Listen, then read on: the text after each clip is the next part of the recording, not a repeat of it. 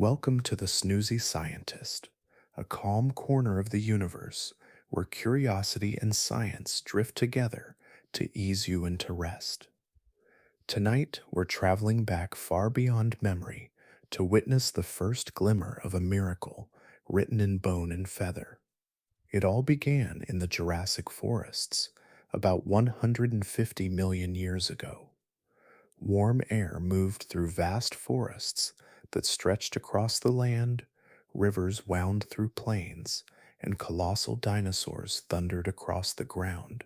Above them, the sky was vast, open, and empty of birds. And yet something improbable was stirring. Hidden in the shadows were tiny bodies, small among giants, carrying soft threads along their skin. Not yet feathers as we know them, not yet for flying, but for warmth, for color, for display. A quiet invention, born without purpose for the sky, that would one day unlock it. They were no titans, barely larger than crows, quick-footed and cautious.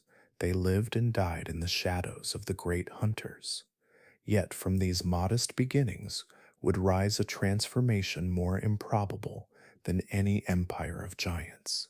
Because true flight is rare in the entire history of life, stretching back billions of years, only four lineages ever mastered it: insects, pterosaurs, bats, and birds.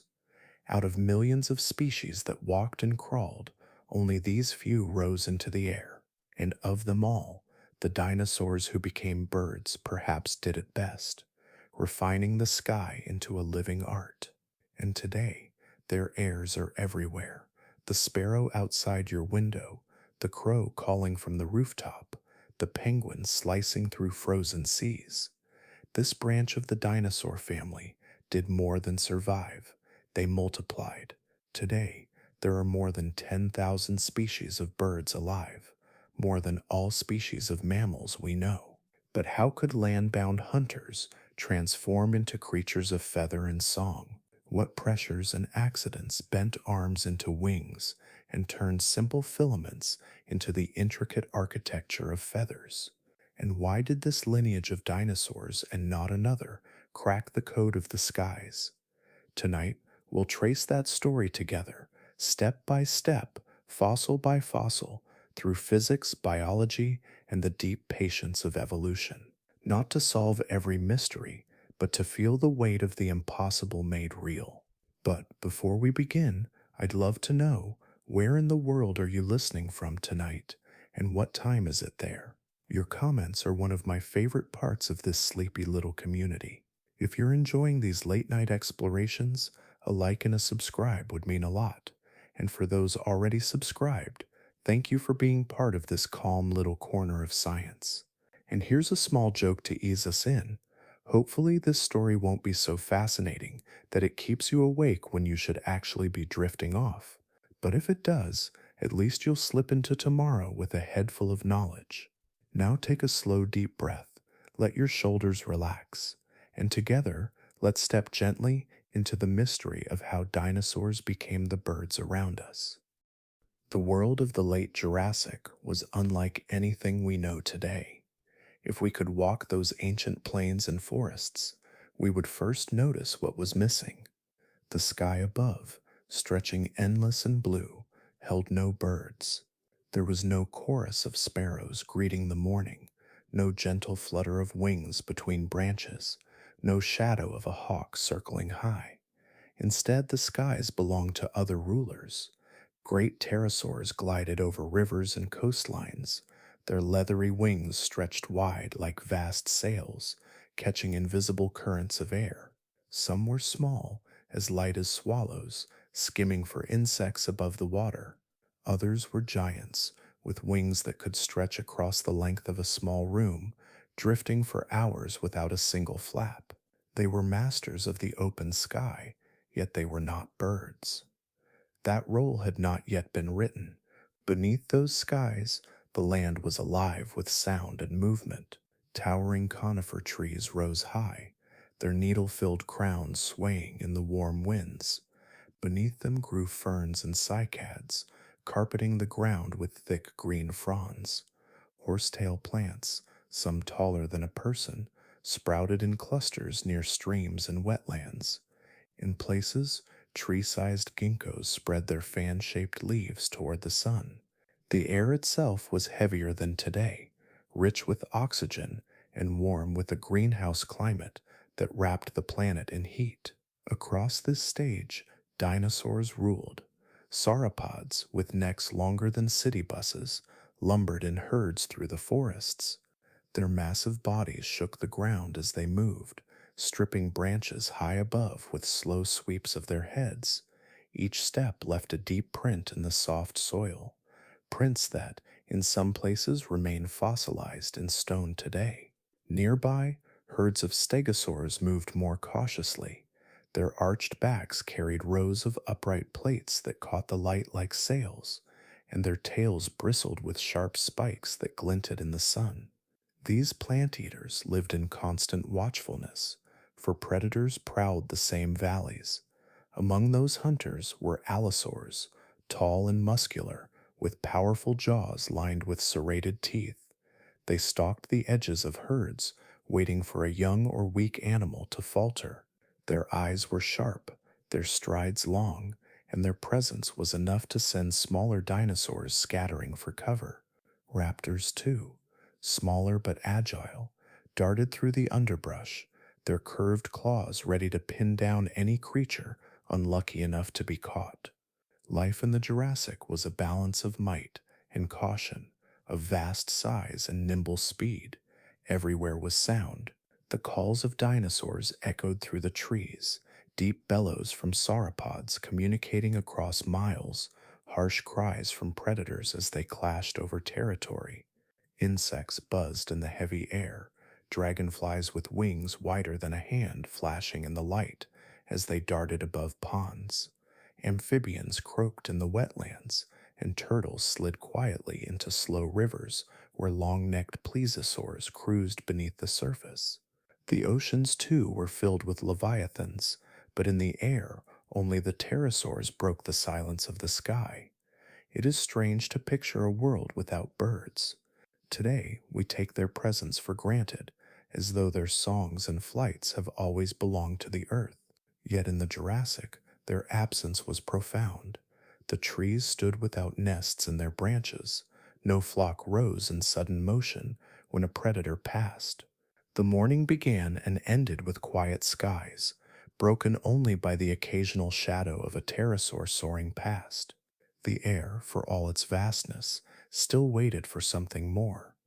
What is striking is how complete the ecosystem already seemed, even without them. Plants thrived, towering and lush.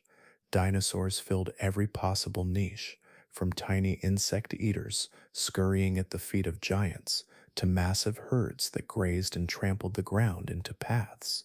Predators ruled with sharp teeth and cunning, striking fear into the valleys. Pterosaurs glided overhead, their wings stretched in silence as they searched for food along the coasts. It seemed a finished world, already brimming with life and power, and yet it was only halfway to what it would one day become. The stage was set in ways no one could have guessed. Feathers had already begun to appear on small theropods, soft and simple, scattered across bodies that still lived as land-bound hunters. They were not yet wings. They carried no creature aloft. They only held warmth and shimmered with color. But in this world without birds, these first threads of feather were like whispers of a future that had not yet arrived. The Jurassic was a place of giants, of forests heavy with heat, and rivers that wound through endless plains. It was a place where the sky was vast and alive, yet not with birdsong. For all the noise and motion on the ground, there was still something missing above. The air, as immense as the oceans, was waiting for a new kind of creature to rise into it, waiting for a branch of the dinosaurs, small and fragile, to reach upward and change the story of life forever. In the forests of the Jurassic, life was dominated by giants. Long-necked sauropods moved heavily through groves of conifers.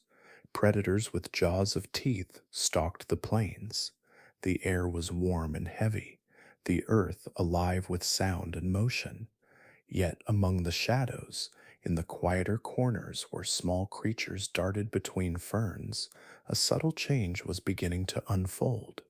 It was not a thunderous arrival, nor a sudden leap forward. It was delicate, almost invisible at first, and it grew not from strength, but from fragility. Along the skin of certain small theropod dinosaurs, fine filaments began to sprout. They were not feathers as we picture them today, broad and veined, catching the air in a wing. Instead, they were soft, hollow threads, closer to the down of a chick or the fuzz on a peach. They clung to the bodies of animals that still walked and hunted firmly on the ground. These early feathers did not appear to lift their owners into the sky. They had no power to beat against the air. Their origins were modest, and their purpose even more so. Nights in the Jurassic were not always mild. Temperatures could fall, and small bodied animals lost heat faster than the giants around them. For a fragile creature, no larger than a crow, warmth was a matter of survival. The filaments trapped layers of air close to the skin, forming a natural blanket. Each tuft was like a thread of insulation, guarding life through the chill of darkness. The dinosaurs who carried these filaments lived just a little longer, bred just a little more, and slowly the trait spread. But warmth was only the beginning. In the shifting light beneath ancient trees, survival also depended on going unseen. A smooth, bare body reflects light differently than one broken up by texture. Filaments scattered across skin softened outlines, bending shadows and blurring shapes. A hunter might pass within feet of a crouching creature, its eyes sliding past the form that no longer stood out so clearly from root and leaf. For prey, concealment was life.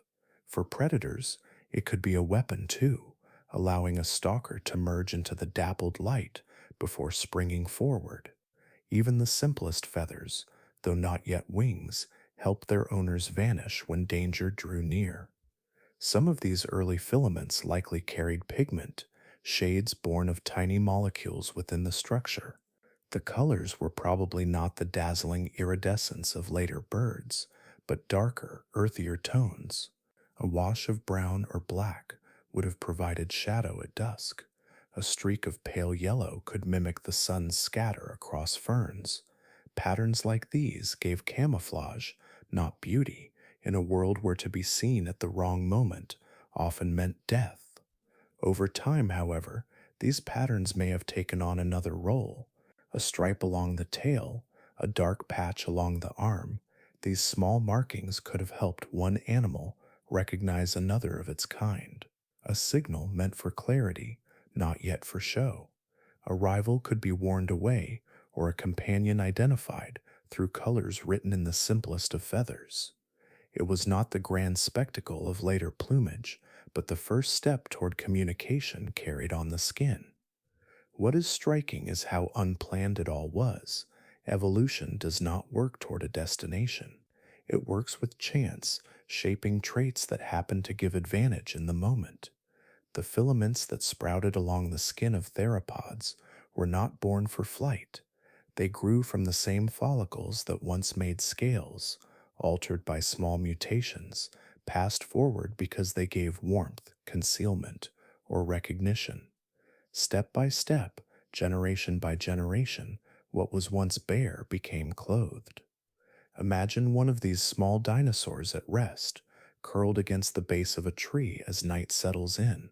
Its filaments rise gently with the pulse of its breath, holding in enough heat to see it through the cool hours until dawn. Picture another crouched low in the undergrowth, its faintly patterned coat blending into shadow and leaf, unseen by the larger predator that passes above.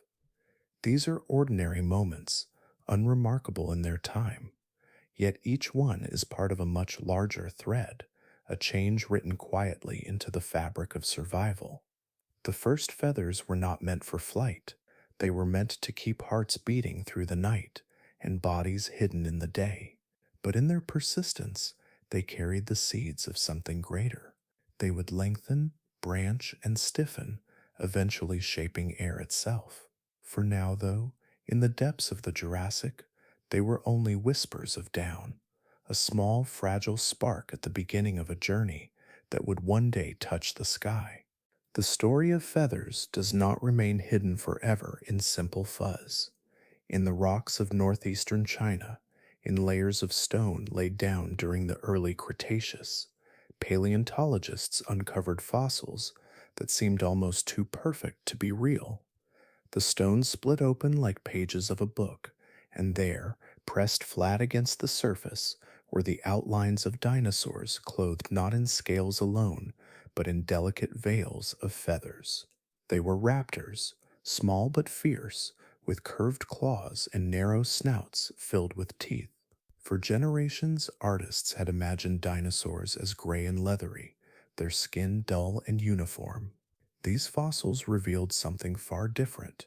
Some of the first to be studied were creatures like Sinosauropteryx, barely longer than a house cat. Its skeleton was wrapped in halos of fine feathers, each strand captured in stone for over 100 million years. Along its tail, the preserved pattern showed alternating bands, light and dark, the ancient echo of stripes. This was not the scaly lizard of children's books. This was a dinosaur in disguise, carrying the colors of a living creature, blending into its surroundings, or flashing patterns to rivals and mates. The discoveries did not stop there. More fossils emerged, some with longer feathers sprouting from arms and tails, forming fringes that trailed like banners.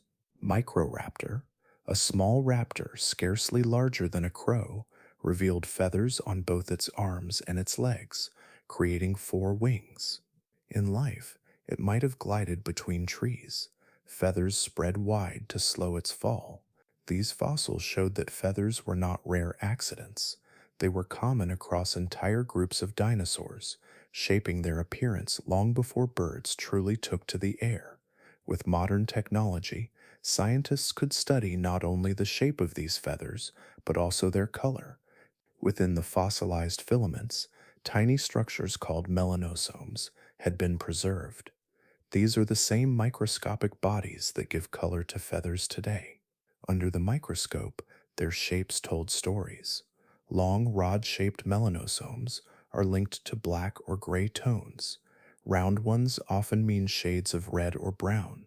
By comparing the patterns in fossil feathers with those in living birds, scientists could restore the palettes of creatures that last walked the earth over 100 million years ago. The results were astonishing. Sinosauropteryx carried a russet body, striped tail, and a mask across its eyes like a living bandit. Anchiornis, another feathered dinosaur from the same region, wore black and white wings with flecks of chestnut red on its head, a striking combination that would not look out of place in the forests of today. Microraptor shimmered with glossy black feathers, iridescent in life like the sheen of a crow. What once seemed like drab reptiles were revealed as vibrant animals, alive with color and pattern. Imagine walking through one of those ancient Chinese forests. Towering conifers arch overhead, and ferns carpet the ground. The air is warm and heavy with insects, buzzing in clouds that rise and fall like mist. In the branches above, a flash of red catches your eye, the crest of a small dinosaur clinging to bark. In the shadows, a dark shape slips past, feathers glinting with an oily blue-black shine. Another scurries across the forest floor, its striped tail flicking back and forth like a whip as it darts after prey. The undergrowth rustles with life, not with dull scales, but with vibrant feathered bodies that blend, shine, and dazzle against the green. These discoveries changed not only how we imagine dinosaurs, but how we understand them. Feathers were not just simple fuzz for warmth as in their earliest beginnings. They had grown into complex coats of color and pattern, serving roles in camouflage, signaling, and perhaps even in courtship. A forest alive with feathered dinosaurs would not have been a muted place. It would have been a world of visual noise, with flashes of brightness moving through the branches and shadows, each creature carrying the colors of survival written across its body. The fossils from China revealed that the age of dinosaurs was never as gray as we once thought. It was painted in shades of red, black, white, and iridescent blue. Each discovery added a stroke to the picture until the dull reptilian image of the past was replaced with something closer to the truth.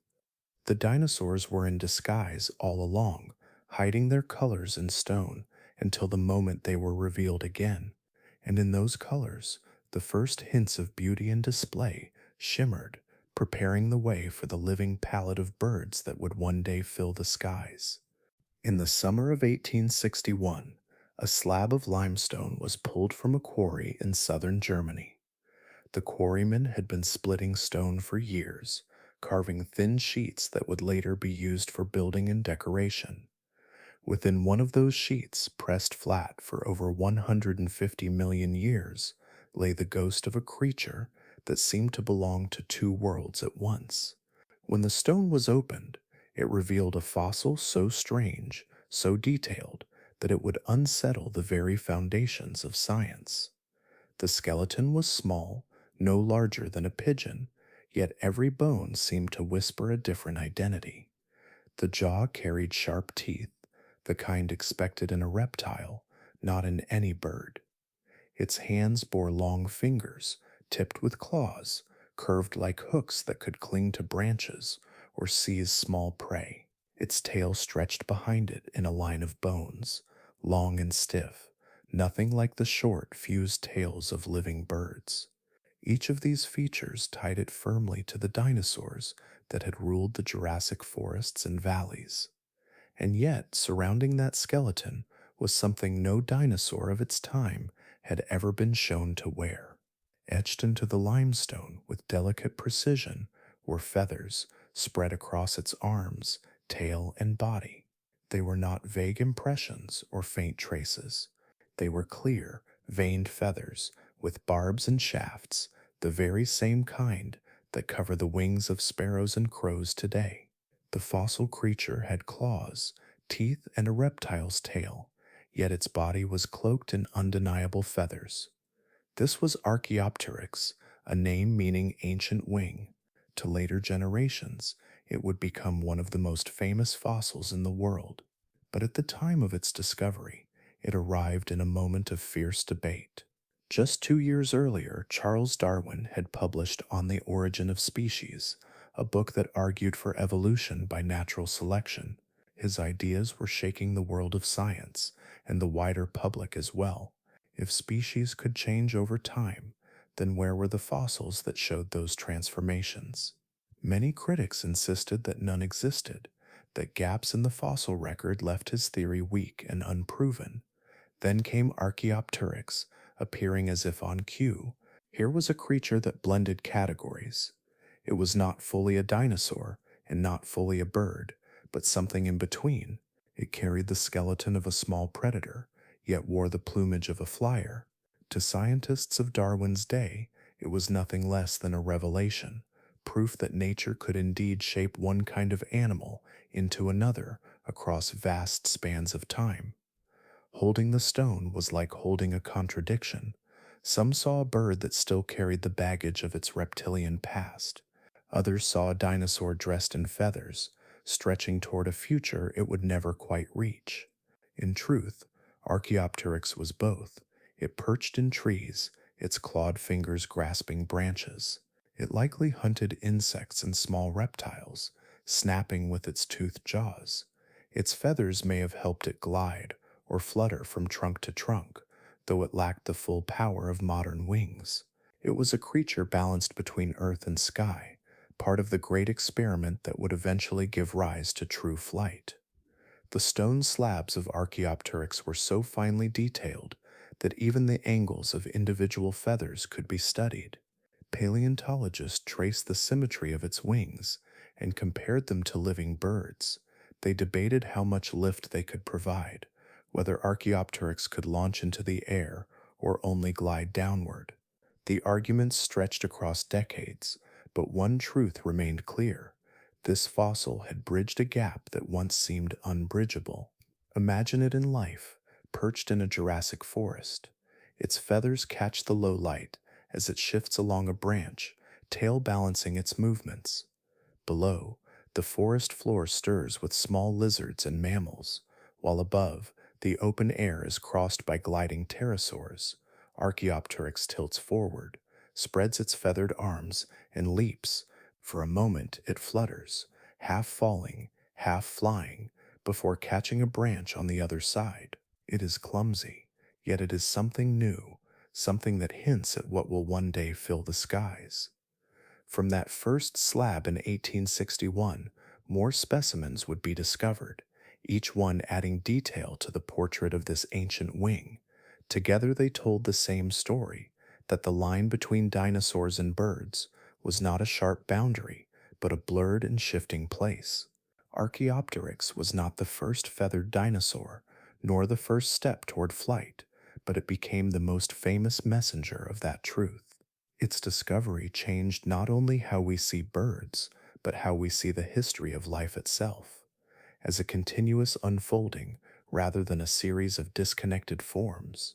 The forests of the Jurassic and early Cretaceous were not peaceful places. Every patch of ferns, every shadow beneath the towering conifers carried danger. Small raptors, creatures no larger than a dog, lived on constant alert.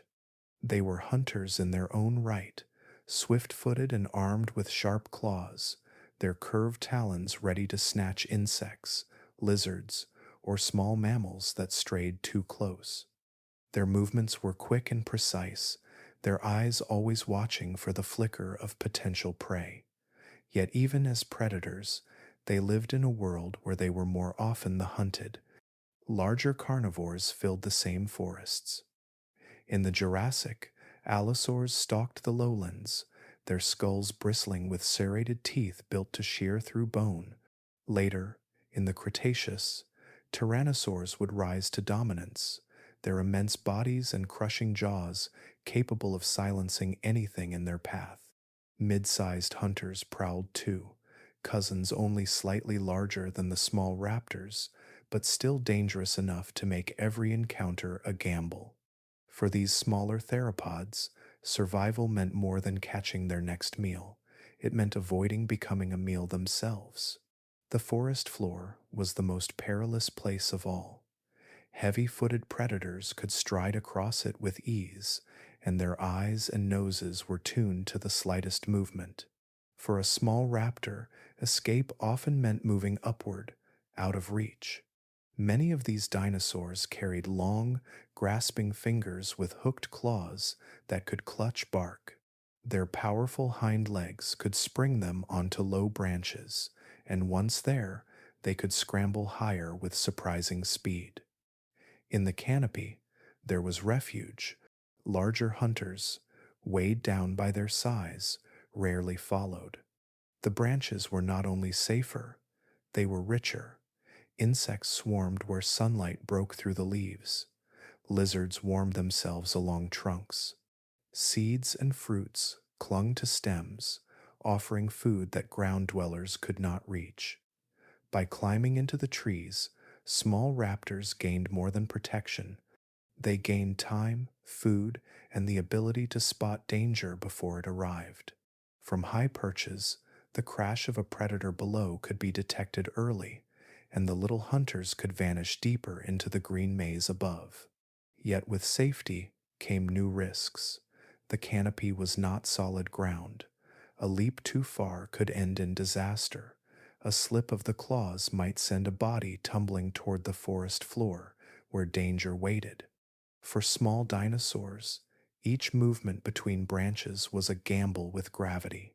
Here, feathers that had first grown as insulation began to matter in a new way. They did not allow flight, not yet, but when arms or tails spread during a fall, the feathered coverings caught the air. Even the slightest drag slowed the drop, buying precious fractions of a second. Sometimes that was all the difference needed between life and death. Picture a young raptor startled by the snap of a twig below. Its head jerks, eyes wide, muscles tensing. Without hesitation, it leaps from its branch, claws outstretched. For an instant, it is falling. Its feathered arms flare, its tail spreads, and the air resists just enough to turn a deadly plunge into a rough but survivable landing a few branches away. Hidden once more, it presses flat against the bark, heart racing as the forest falls silent. That moment of escape, repeated across countless generations, shaped bodies and behaviors in ways invisible at first, but deeply important. Climbing became second nature, and with it came stronger limbs and better balance. Longer arms helped with grasping and steadying. Broader feathers along arms and tails added stability, easing the dangers of sudden leaps. None of this was about conquering the air, it was about avoiding the jaws below. Survival carved these traits into bone and skin. In such a world, fear was as powerful a teacher as hunger. The need to escape sharpened instincts and honed bodies, writing adaptations into the lineage of small raptors. They remained predators, but in the presence of giants, they were also prey. And in that tension, in the constant push to hunt while not being hunted, they were drawn into new ways of moving and new ways of living. What began as desperate scrambling for safety in the trees quietly set the stage for paths their descendants would later explore more fully, though no creature of that time could have known it. The path toward true flight was never simple. Evolution does not march forward in a straight line, and many of its attempts branch outward into strange shapes that never last. In the early Cretaceous forests, the air was filled not only with birds and pterosaurs, but with other feathered dinosaurs that tried different solutions to the puzzle of moving through the sky. Some of these creatures could glide well, drifting from tree to tree with feathers spread wide, yet none of them ever mastered the power of sustained flight. Their stories ended as detours, branches of life that reached upward but stopped short. One of the clearest examples is Microraptor, a small predator whose fossils were found in the Liaoning province of northeastern China. The rocks there are famous for preserving even the finest details of feathers, and in Microraptor they revealed something extraordinary. Feathers stretched not only along its arms, as in other feathered dinosaurs, but also along its hind legs. This arrangement created 4 distinct wings. When spread, the creature's silhouette must have looked like a cross, each limb edged in veins of dark feathers. Microraptor was only about the size of a crow.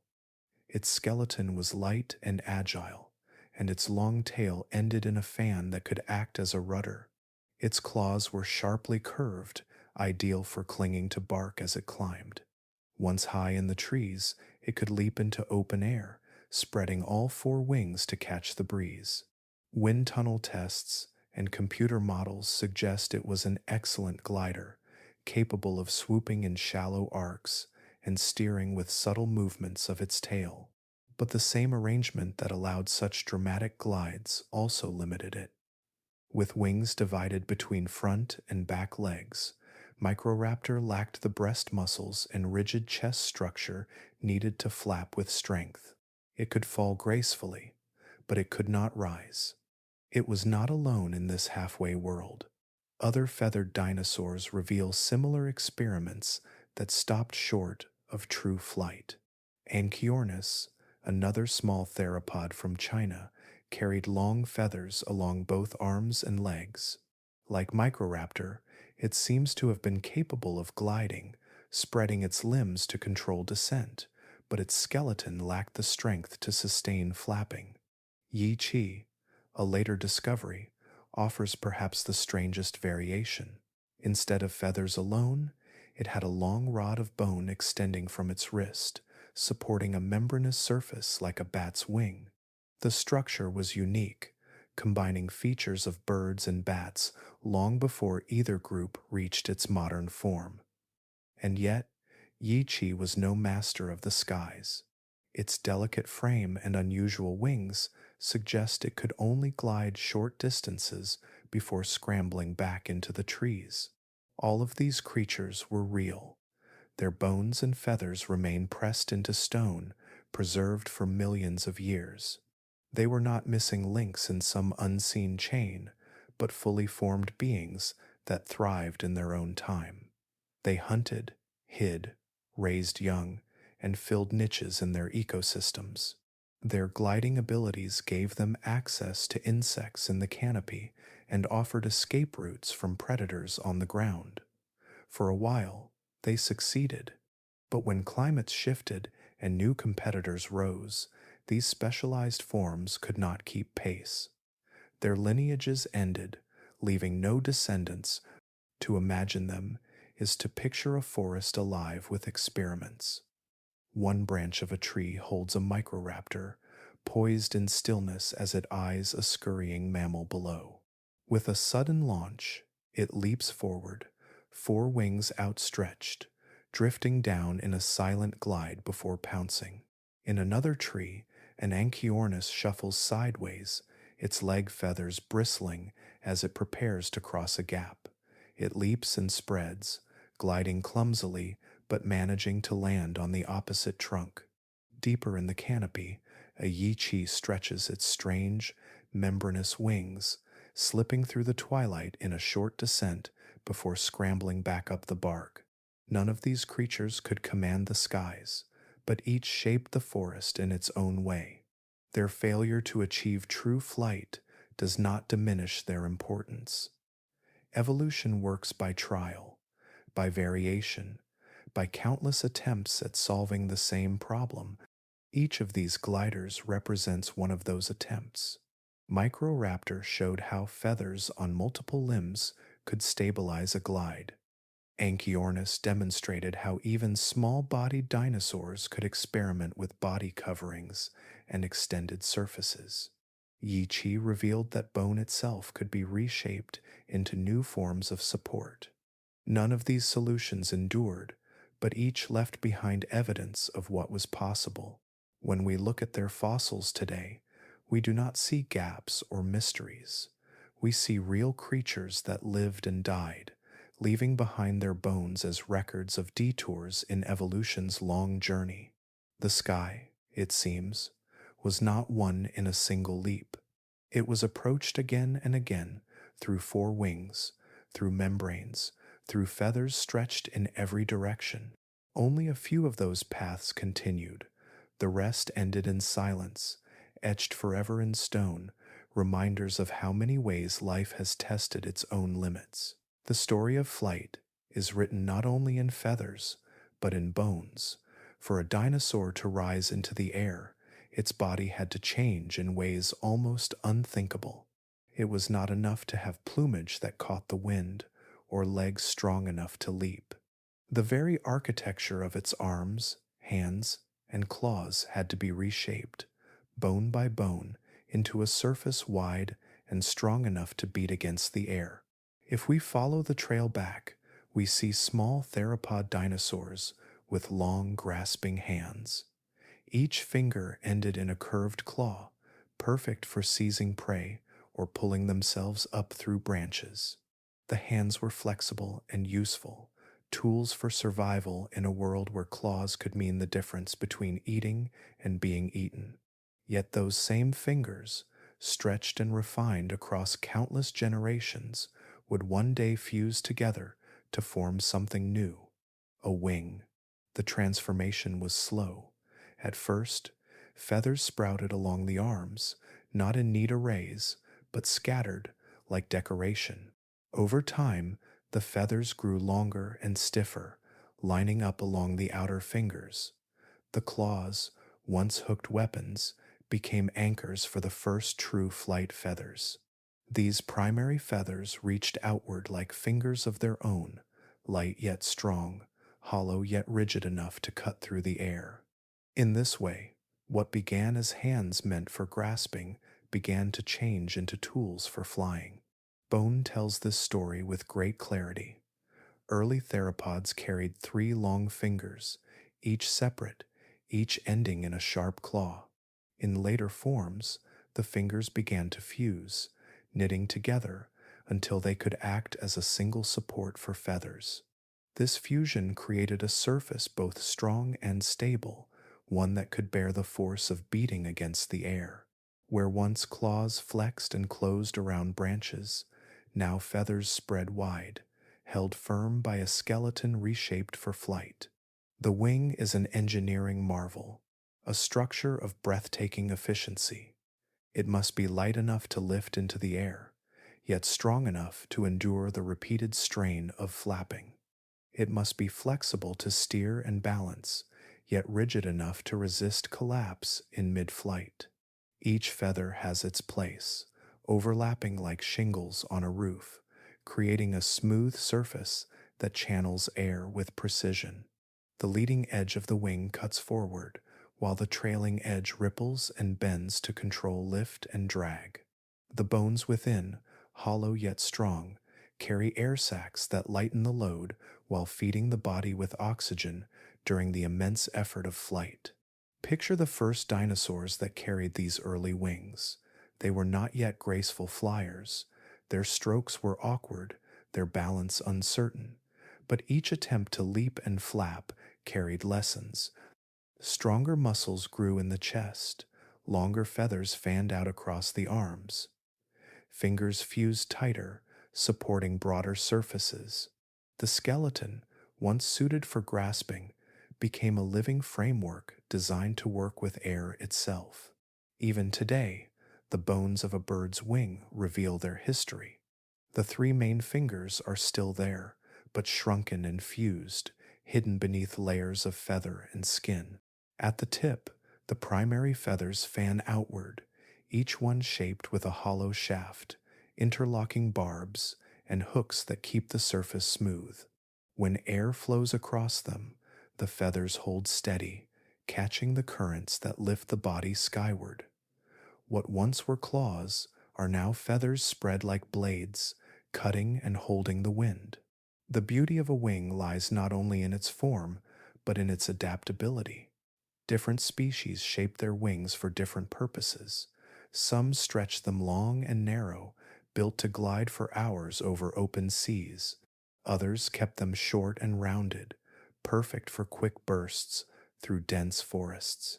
Hummingbirds transformed them into tiny, flexible blades that could beat dozens of times each second, holding the bird steady in a hover.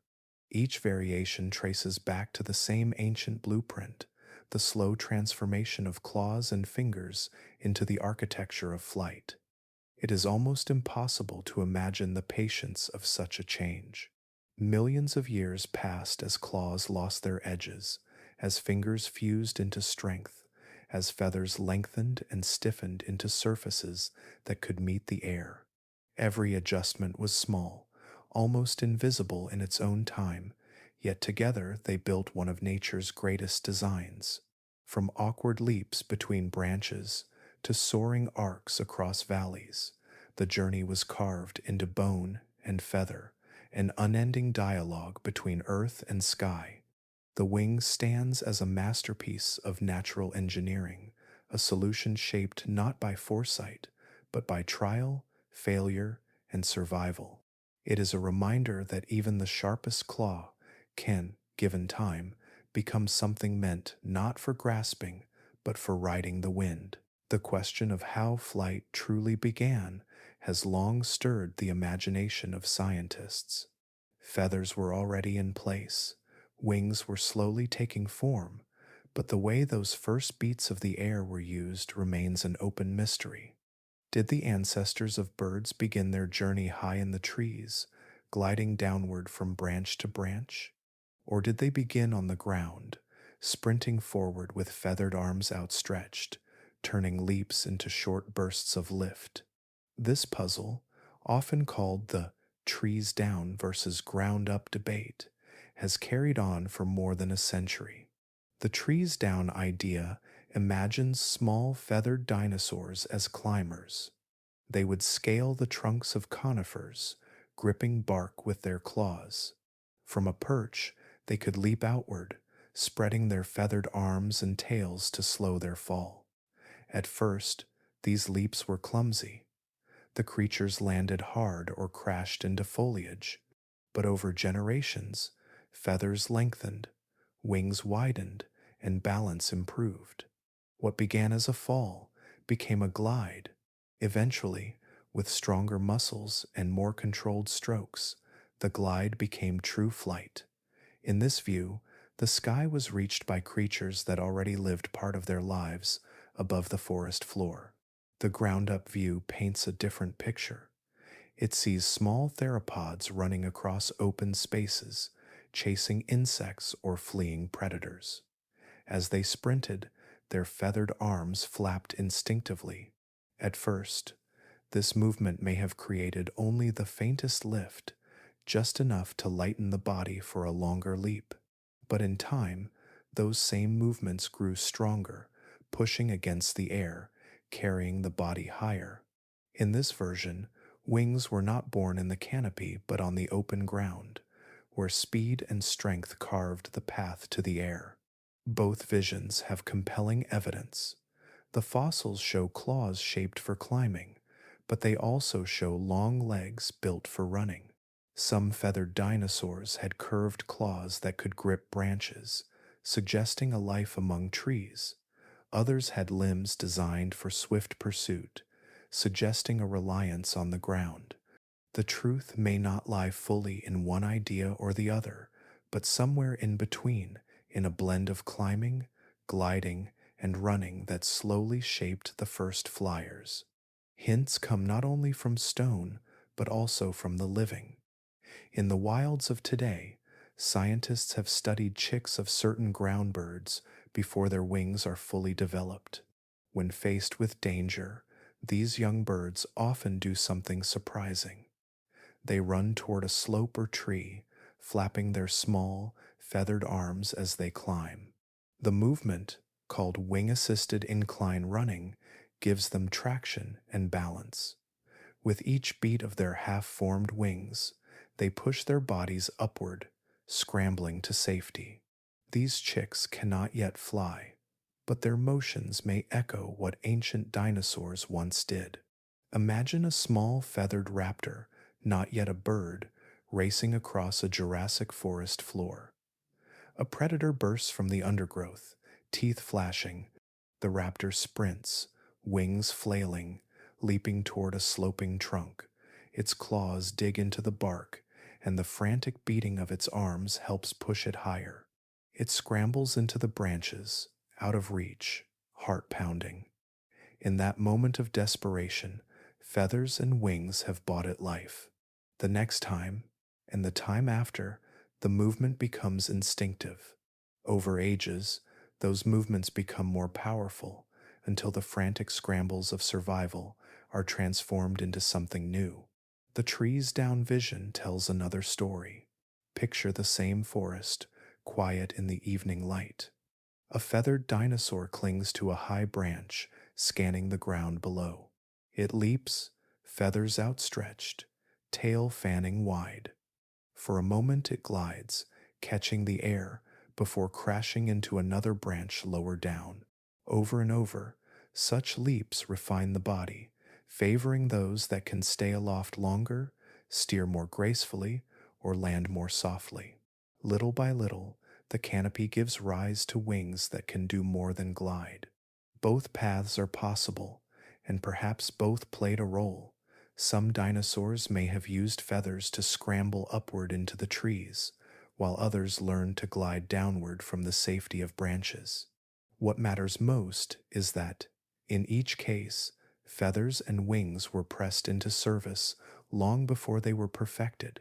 Whether running, climbing, or gliding, the air was tested in countless small ways until those small motions became something greater. The mystery of running versus climbing remains unsolved, and perhaps it always will. But in the fossils of stone and in the living motions of chicks today, we glimpse shadows of the story. The path to the sky was not a single leap, but 1,000 small ones, each written into bone and feather, each carried forward across time. To rise into the air is to fight against the most constant of forces. The ground pulls everything downward with weight, holding stone and water, trees and animals, bound to the earth. For a creature to slip free, even for a moment, it must balance a puzzle of forces so delicate that only a handful of lineages in the long history of life have ever solved it. The puzzle begins with lift. Lift is the upward force that pushes against gravity. When air flows over a wing, it moves faster across the curved top than along the flat bottom. This difference creates a gentle pressure that tugs the wing upward. Even a feathered arm, stretched wide, can catch this pressure. But to create enough lift to carry a body, the wing must be the right size, the right shape, and it must move with precision. Too small, and the air cannot hold it. Too heavy, and the wing cannot keep pace. Lift is fragile, and it only comes with exactness. Opposing lift is weight, the pull of the earth that never relents. Every bone, every muscle, every drop of blood adds to it. For flight to work, weight must be trimmed. Bones hollow themselves out, becoming strong tubes instead of solid blocks. Air sacs lace through the body, lightening the load while feeding the muscles with oxygen. Fat and bulk are pared away until only what is necessary remains. The struggle between lift and weight is endless, each side pressing against the other. To rise, lift must win, even if only slightly. Then comes thrust, the forward push that keeps a creature moving through the air. Without thrust, the wing is useless. Air must flow across the feathers, and to make that happen, the body must move. Birds beat their wings, driving themselves forward with every downstroke. The breast muscles, anchored to the keel of the sternum, power this motion, turning food and breath into bursts of energy. Some creatures, like albatrosses, can glide for hours, borrowing thrust from the wind. Others, like hummingbirds, must beat their wings dozens of times each second, creating thrust from sheer effort. Each method requires balance, for too much effort means exhaustion, and too little means a fall. Against thrust stands drag. Drag is the resistance of the air itself, invisible yet constant. Every feather, every angle of the wing, every movement of the body meets drag. It slows, it resists, it steals energy with every moment aloft. Feathers align themselves to reduce it, forming smooth, overlapping surfaces that guide the air. Wings taper and curve, streamlining the body like an arrow. Even so, drag is always there, waiting to pull the flyer back down. Lift, weight, thrust, drag, four forces in constant dialogue, each one pressing and countering, each one demanding precision. For flight to succeed, they must balance on a razor's edge. Too heavy, and lift fails. Too slow, and thrust collapses. Too clumsy, and drag overwhelms. A flyer lives in this narrow space, where every movement counts. That is why flight is rare. Out of millions of lineages, only insects, pterosaurs, bats, and birds mastered the balance. The demands are too strict for most. It is not enough to grow wings. The entire body must bend itself toward the air. Skeleton, muscle, feathers, lungs, even behavior must align in concert. Without this harmony, the forces slip out of balance and gravity wins. The energy cost is immense. Muscles burn quickly as wings beat again and again. Food must be plentiful to fuel this effort, and oxygen must flow in steady streams to keep it going. A bird in flight is an engine in constant motion, trading energy for height, speed, and distance. Too much energy spent, and the body weakens. Too little spent, and the body falls. Survival rests in this thin place where energy and motion meet. picture a small bird lifting from the ground, its wings beat, feathers spreading to catch the air. With each stroke, thrust pushes it forward, lift rises beneath its wings, drag tugs against it, weight pulls it back. All four forces circle in a quiet struggle, balanced so precisely that the bird holds in the air, neither falling nor rising too fast. It glides, wings outstretched, energy flowing like water through a narrow channel. The balance holds, and for a while, it belongs to the sky. This balance is fragile. A sudden gust can tilt it. A missed wing beat can end it. Yet, when it works, when the four forces meet in harmony, flight is possible. Not effortless, never free, but possible. And in that possibility, evolution found one of its rarest and most extraordinary solutions. In the deep history of life, every change in a creature's body came at a cost. A new tooth, a longer limb, or a shift in the shape of a skull meant energy spent and risks taken. Yet sometimes, a change arose for one purpose and ended up serving another entirely, laying the groundwork for possibilities no creature could have predicted. Among the theropod dinosaurs, two such changes appeared that would eventually open the skies: hollow bones and a breathing system laced with air sacs. The bones of most animals are solid, heavy with marrow at the center. This makes them strong but also anchors them to the ground. To carry large bodies, thick bones are necessary, but with weight comes limitation. Dinosaurs, however, especially the branch that would one day give rise to birds, took another path. Their bones began to thin from the inside out. The walls remained strong, but the centers hollowed, forming a structure like the scaffolding of a cathedral, light yet enduring. This hollowing did not weaken them. Instead, the architecture of their bones became a lattice of strength. Inside, struts and ridges supported the walls, giving the bone both resilience and lightness. A thigh bone, for example, could bear the weight of a running predator, yet remain far lighter than that of a mammal of similar size. Hollow bones allowed some dinosaurs to grow large without collapsing under their own mass, and in smaller species, they reduced the burden of every step. The hollowness served another purpose as well. It opened space for air. Channels ran from the lungs into the bones, filling them with oxygen-rich sacs. These air sacs were not lungs themselves, but extensions of the breathing system, reaching into the very skeleton. When a dinosaur inhaled, air rushed into both the lungs and the sacs.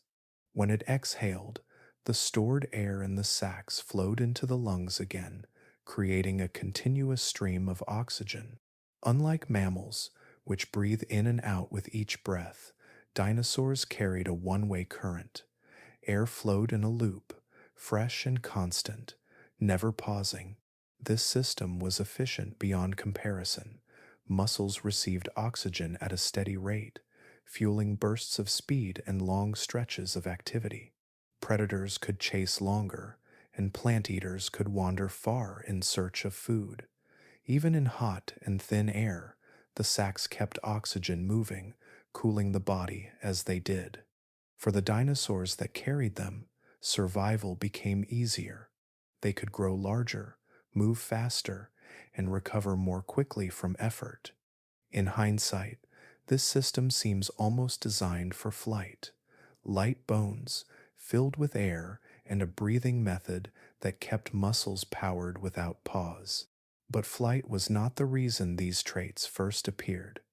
They likely arose for survival on the ground, helping creatures stay cool and efficient in a world that demanded constant movement.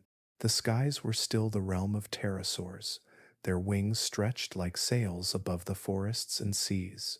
No one could have guessed that the same hollow bones and air sacs would one day carry descendants into that same open air. The structure of hollow bones also had a hidden benefit.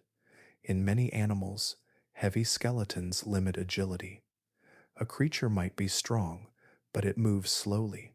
With lighter bones, dinosaurs could turn quickly, leap higher, and dart through the undergrowth with surprising grace. Imagine a small raptor running, its feet gripping the earth while its body twisted with speed. Each hollow bone shaved weight from its frame, giving it an edge over prey and predator alike. Fossils today still reveal these delicate architectures.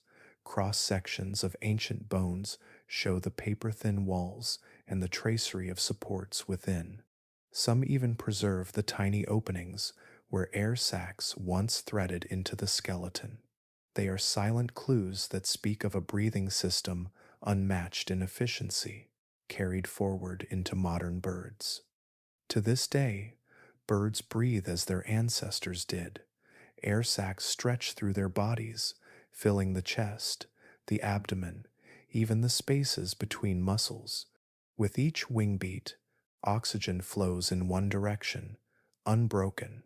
This allows them to fly across oceans, climb to mountain heights where air is thin, and hover on rapid wing beats that would exhaust other animals in moments. The secret lies in bones that are light yet strong, and in lungs that never stop feeding air. When these traits first appeared, they were not preparing for flight. They were adaptations for survival, for cooling, for endurance. Yet in the grand patience of evolution, what served one purpose could be borrowed for another. Hollow bones and air sacs made the bodies of these dinosaurs lighter and their breathing steadier. By chance, they had already built the framework of flight long before any feather lifted them into the air. In the deep forests of the Jurassic and Cretaceous, feathers began to tell a new story. What had once been small and modest structures slowly transformed into ornaments of spectacle. Over millions of years, evolution found a use for feathers beyond protection or insulation. They became signals, tools of persuasion, and instruments in a quiet battle for attention. Among the smaller theropods, feathers lengthened and multiplied. They spread not just across arms and tails, but also rose into crests upon heads, flared from the hips, and sometimes trailed from the body like banners. Pigments gave them color, ranging from earthy browns to deeper reds and blacks. In some species, the structure of the feather itself bent and scattered light, creating iridescent flashes that could shimmer like oil on water. These were no longer passive coverings, they were declarations. Sexual selection was beginning to shape the language of feathers. It was not about survival in the simplest sense, it was about being chosen. A male with broader tail feathers or brighter markings could attract the eye of a mate more quickly than a rival with duller plumage. Those who succeeded in this contest of beauty passed on their traits. Over generations, small differences grew into dramatic contrasts. Tails fanned into wide displays, crests flared larger and more colorful, wings spread in flashes that caught the sun.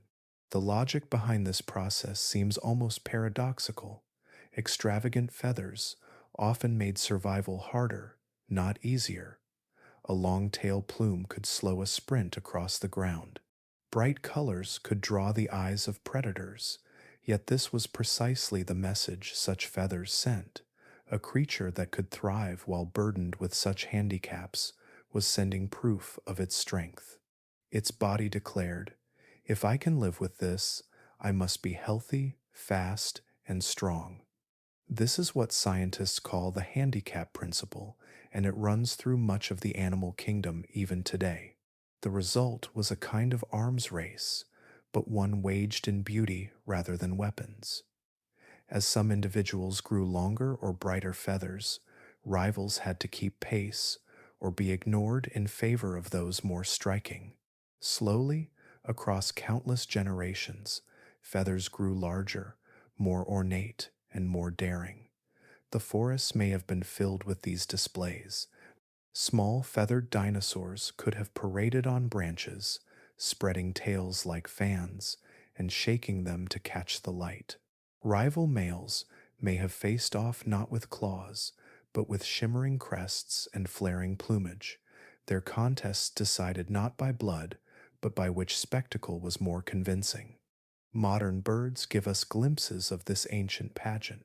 The peacock's vast tail, covered in iridescent eye spots, weighs down its body and makes quick escapes, clumsy, yet peahens choose the males with the largest and most symmetrical trains. Birds of paradise grow feather ornaments so elaborate they form discs, cloaks, and veils, used only in ritualized dances of courtship. These modern extremes echo the same forces that were at work in the deep past. Feathers were becoming art, and life itself was the audience. Some lineages may have pushed these displays to extremes that bordered on the impractical. Fossils show long feathered tails that seem too heavy for efficient movement, or crests so tall and decorated they must have been difficult to carry. Yet while such traits may not have lasted forever, they reveal the lengths to which sexual selection could drive evolution. What began as modest tufts could blossom into entire displays of extravagance, pushing the limits of form simply for the sake of attention. At this stage in history, feathers were not yet perfected for flight. They were banners and ornaments, messages written in color and structure. The air was not lifting them skyward, but choice was sculpting them nonetheless. Females chose mates whose feathers suggested health, vigor, and resilience. Males competed to outshine rivals, even at the cost of speed or stealth. These choices, repeated endlessly, transformed feathers into living canvases. Even today, the same drama plays out. When a hummingbird tilts its throat to the sun, flashing a ruby-red blaze, it echoes the ancient message, "I am strong enough to dazzle." When a bird of paradise unfurls feathers that turn its body into a circle of velvet black ringed with glowing blue, it is performing in a theater that began long before humans ever looked to the skies. The pageantry of feathers is one of the oldest rituals in evolution, older than true wings, older than song. Before feathers ever bent the wind, they bent desire. They became the tools of a contest written not in claws or teeth, but in beauty. And through that contest, they carved new shapes into life, setting the stage for everything that feathers would later become. In the world of the dinosaurs, size often meant power. The ground shook beneath the steps of sauropods that stretched longer than train cars. Predators with jaws large enough to crush bone prowled the plains. To live among such giants was to face constant danger, and many creatures answered this challenge by growing bigger themselves. Yet within the same family tree, another story unfolded, one that favored not the colossal, but the small. Over millions of years, a few lineages began to shrink. It was not a sudden change, not a single step down in size, but a long, slow drift across countless generations. Each young dinosaur was born just a little smaller, each adult just a little lighter. Their bones thinned, their frames narrowed, their weights dropped until these once formidable hunters could be mistaken for animals no larger than modern chickens or crows. Why would shrinking be an advantage in a world where size seemed to rule? The answer lay in survival. The giants of the Mesozoic dominated the open ground, but towering size came with a cost. Large bodies needed enormous amounts of food and water. They moved slowly, tethered to the places where resources could support them. Smaller creatures lived differently. They required less food, less space, and could dart into places the large could never follow.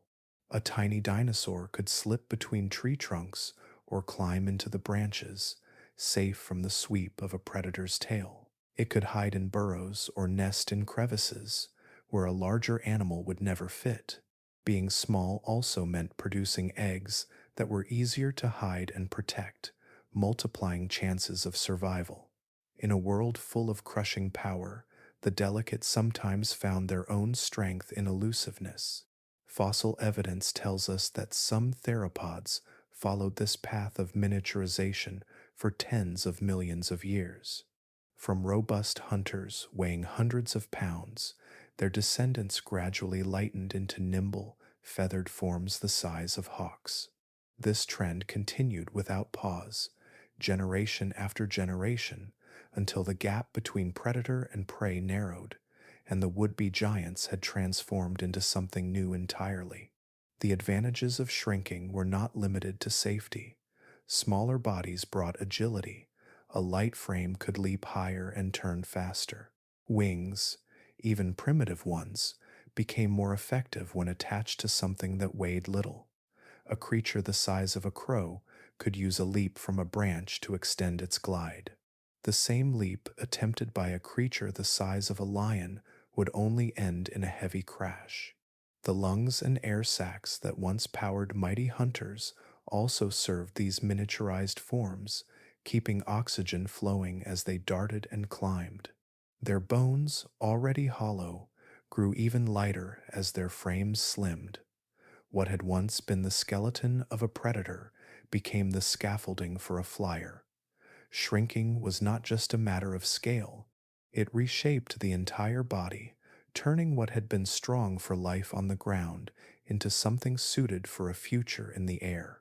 One of the most striking things about this gradual downsizing is how steady it appears in the fossil record. Scientists studying bones from different times have traced this slow decline in size like a thread running through history. It was not random. It was as if nature was carefully trimming, testing, and refining, preparing a form that would one day master the skies. When the great extinction struck at the end of the Cretaceous, it was not the towering giants who survived. The colossal predators, the massive plant eaters, the soaring pterosaurs, all were swept away. But the small, the light, the adaptable remained. Birds, no larger than a crow in those early days, carried with them the legacy of their shrinking ancestors. Their size made it possible to eat seeds, to shelter in places larger creatures could not, and to ride out the catastrophe that ended the age of dinosaurs. The path to the sky began not with leaps, nor even with feathers alone, but with the quiet advantage of being small. Each ounce lost over the ages, each narrowing of bone, each shortening of the frame, was a step toward freedom from the weight of the earth, and in that long patience of evolution, the giants gave way to the tiny, and the air waited for the light bodies that would one day rise into it. For much of dinosaur history, the tail was a signature of power. It was long, muscular, and heavy, a counterweight to balance the head and torso, a whip that could strike predators or rivals, a stabilizer that made each step firm. The tail of a theropod stretched like a living beam behind it, thick with bone and sinew. On the ground, such a structure was vital. It kept a predator steady as it ran, letting it pivot without toppling, and helped it lunge with precision. But when the same lineage began its climb toward the air, what was once a tool of balance became a burden. In the earliest creatures experimenting with flight, tails remained long. Fossils of Archaeopteryx and its kin show them with feathery streamers running down bony extensions, their silhouettes like dragons trailing banners. These tails helped steady them when gliding between trees or leaping from heights. The feathers along the tail could fan and spread, acting as rudders. For a time, this worked. But as wings grew stronger and bodies lighter, the long tail began to interfere. In the air, precision is everything. The balance that a tail gave on land did not translate well to flight. Long tails dragged behind, catching currents of air that pulled the body off course. They added weight that strained wings and muscles already working to keep the creature aloft. Instead of helping, the tail slowed progress.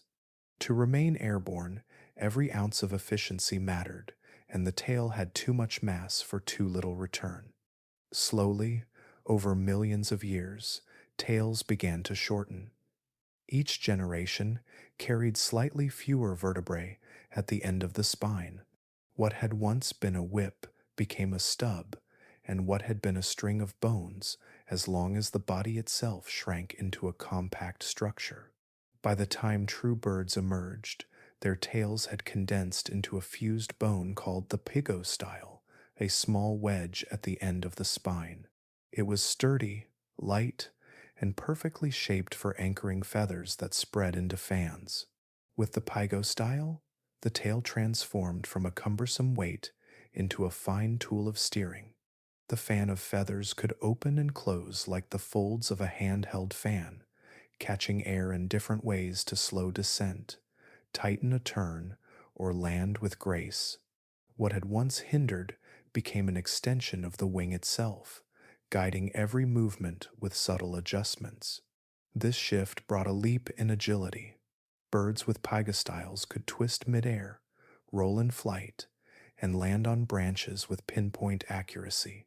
They could hover more steadily, glide more efficiently, and brake sharply when needed. Freed from the long burden of their ancestors, they unlocked the kind of control that made true flight sustainable, not just gliding but powerful and precise flight. The fossil record preserves this change as if it were a slow, vanishing act. Dinosaurs with long tails appear first, with vertebra after vertebra trailing far behind them. Then, younger fossils reveal fewer and fewer bones. In one specimen, the tail is still half the body's length. In another, it has shrunk to a third. Eventually, the tail is no more than a stub, a pygostyle supporting a spray of feathers. Each stage is a snapshot of evolution's patient editing, trimming away what no longer served. Modern birds still carry this history within them.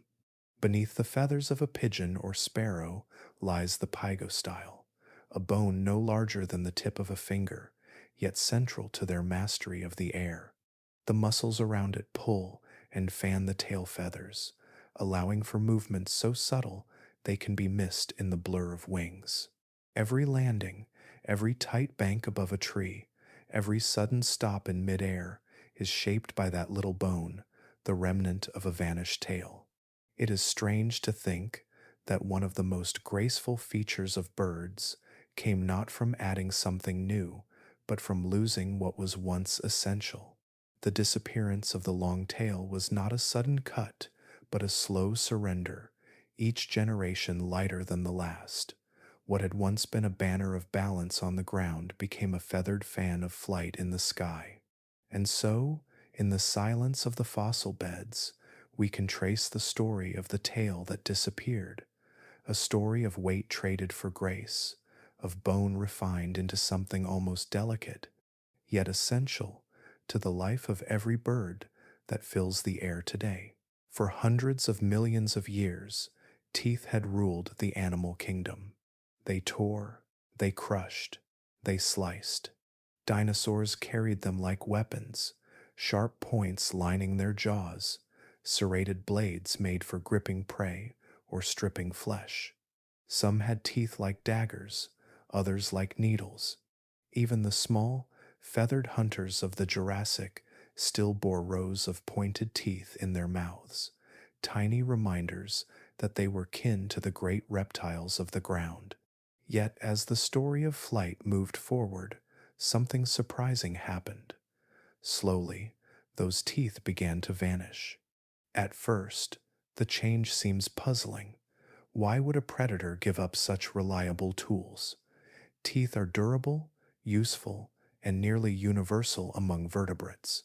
But teeth are also heavy. A skull filled with enamel and dentine weighs far more than one without, and for a creature learning to master the sky, every gram mattered. Lift is precious, and weight is costly. Losing teeth was one more step toward lightness, a quiet trimming of mass that helped wings do their work. The loss was not sudden. Fossils show us a spectrum of forms, Some early birds still carried sharp teeth, but also had the beginnings of keratinous beaks, sheaths that covered the jaw and gave extra cutting surfaces. Others had fewer and smaller teeth, replaced gradually by harder keratin that needed less mineral support. Over millions of years, the teeth dwindled until only the beak remained, a sheath of keratin anchored to bone, light and sharp, endlessly adaptable. The beak did not simply replace teeth, it became something more versatile. Where teeth are specialized, locked into narrow rolls, the beak can change with shape alone. A hooked beak can tear flesh as well as any fang. A long, thin beak can probe for insects in tree bark. A wide, flat beak can strain plants from the water. The loss of teeth opened the door to an explosion of variety, each beak a different answer to survival. But the beak came with trade-offs. Without teeth, bite force weakened. A beak could not crush bone like a jaw full of serrated blades. It could not hold on to thrashing prey with the same grip as long teeth. Birds had to find new strategies. Some swallowed prey whole rather than tearing it apart. Others relied on speed, precision, or cooperation. The beak gave them lightness and adaptability, but it demanded innovation in return. In many ways, the beak became the symbol of bird evolution, the defining feature as much as wings or feathers. It was a tool that could be endlessly reshaped. Over time, natural selection carved it into chisels, straws, daggers, and sieves. Each form told the story of a different way of life. The toucan's enormous beak, hollow and light, allows it to pluck fruit. The pelican's scoop gathers fish. The hummingbird's slender beak reaches into flowers. All these forms trace back to those first small dinosaurs, giving up the weight of enamel for the lightness of keratin. For the ancestors of birds, losing teeth may also have been linked to reproduction.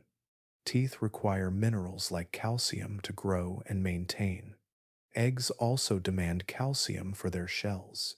A lineage that reduced its reliance on heavy, mineral-rich teeth may have freed more resources for reproduction, producing eggs with strong shells better able to survive in the nest. Lightness and survival intertwined in unexpected ways. The fossil record preserves the moment of transition with startling clarity. In some ancient birds, rows of teeth sit alongside the first signs of beaks. The jaws look caught between two worlds, part reptile, part bird. Later species show the teeth reduced to nubs, then gone entirely. By the time modern lineages arose, the beak had taken over, sleek and efficient, the mouth transformed into a tool for the sky. Even today, the memory of teeth lingers in the embryos of birds.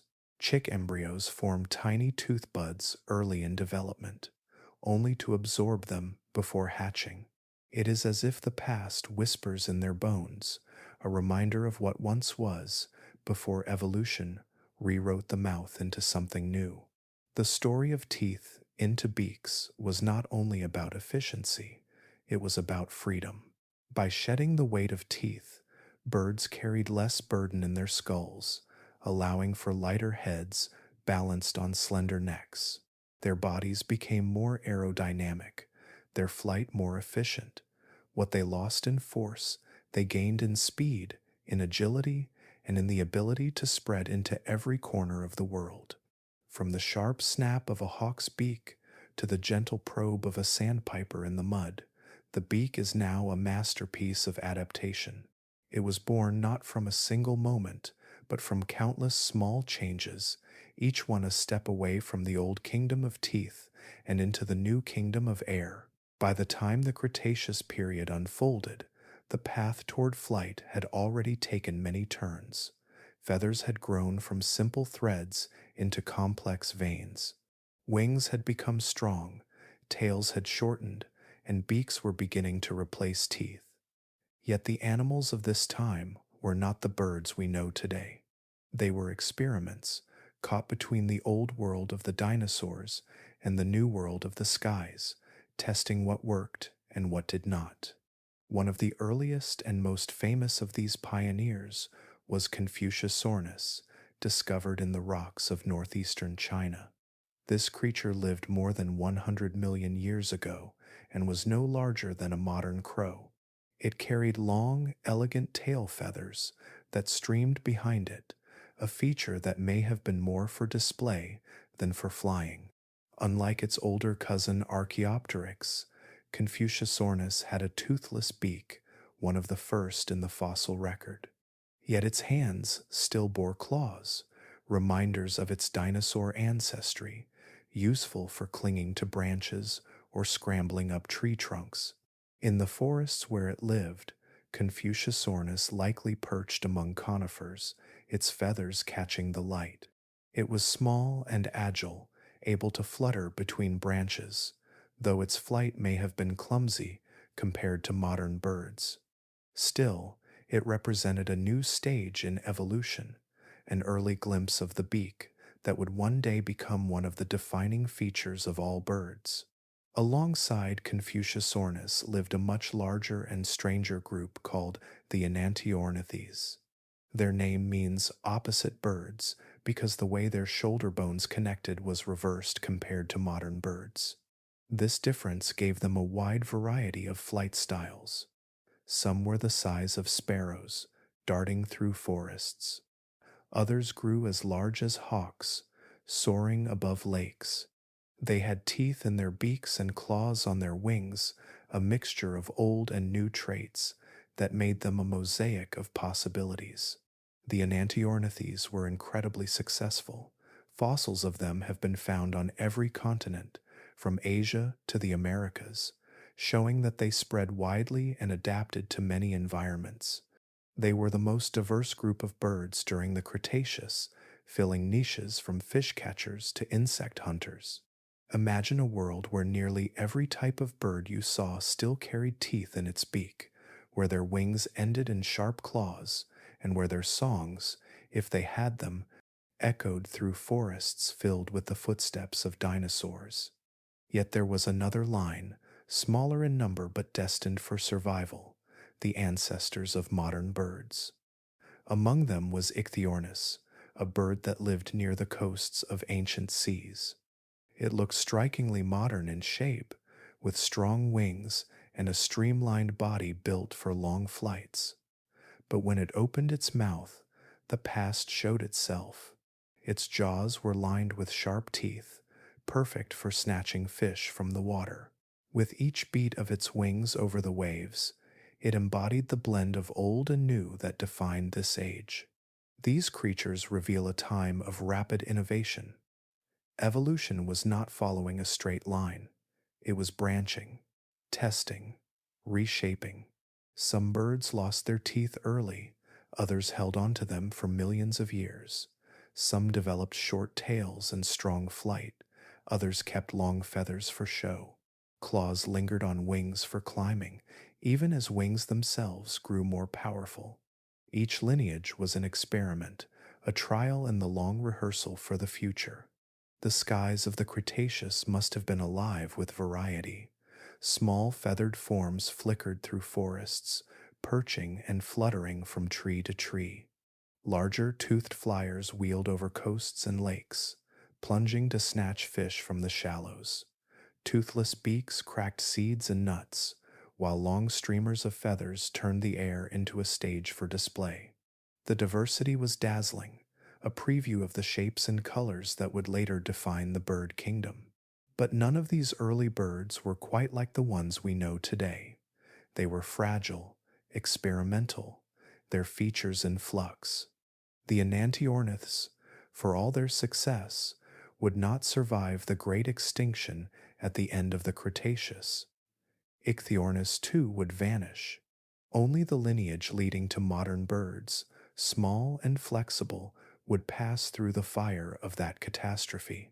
Yet, during their time, these early birds filled the world with a beauty and variety unmatched by anything before them.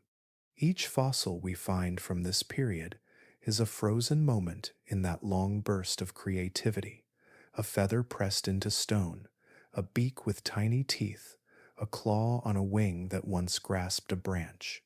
Together, they tell the story of the rise of the first true birds, a time when the air itself was a workshop and evolution was busy sketching the outlines of the future. 66 million years ago, the world turned in an instant. On a day like any other, a rock from space entered Earth's atmosphere, a visitor that had been falling for millions of years. It was more than 6 miles wide, larger than the tallest mountains, and it struck the Yucatan Peninsula with a force greater than all the nuclear weapons ever built combined. In the seconds that followed, the age of the dinosaurs shattered. The ground heaved like liquid, shock waves raced outward, toppling forests and splitting the crust. A wall of fire rose into the sky, a blazing storm of debris that scorched the land for thousands of miles. The seas convulsed, sending tsunamis taller than city towers across coasts and inland valleys.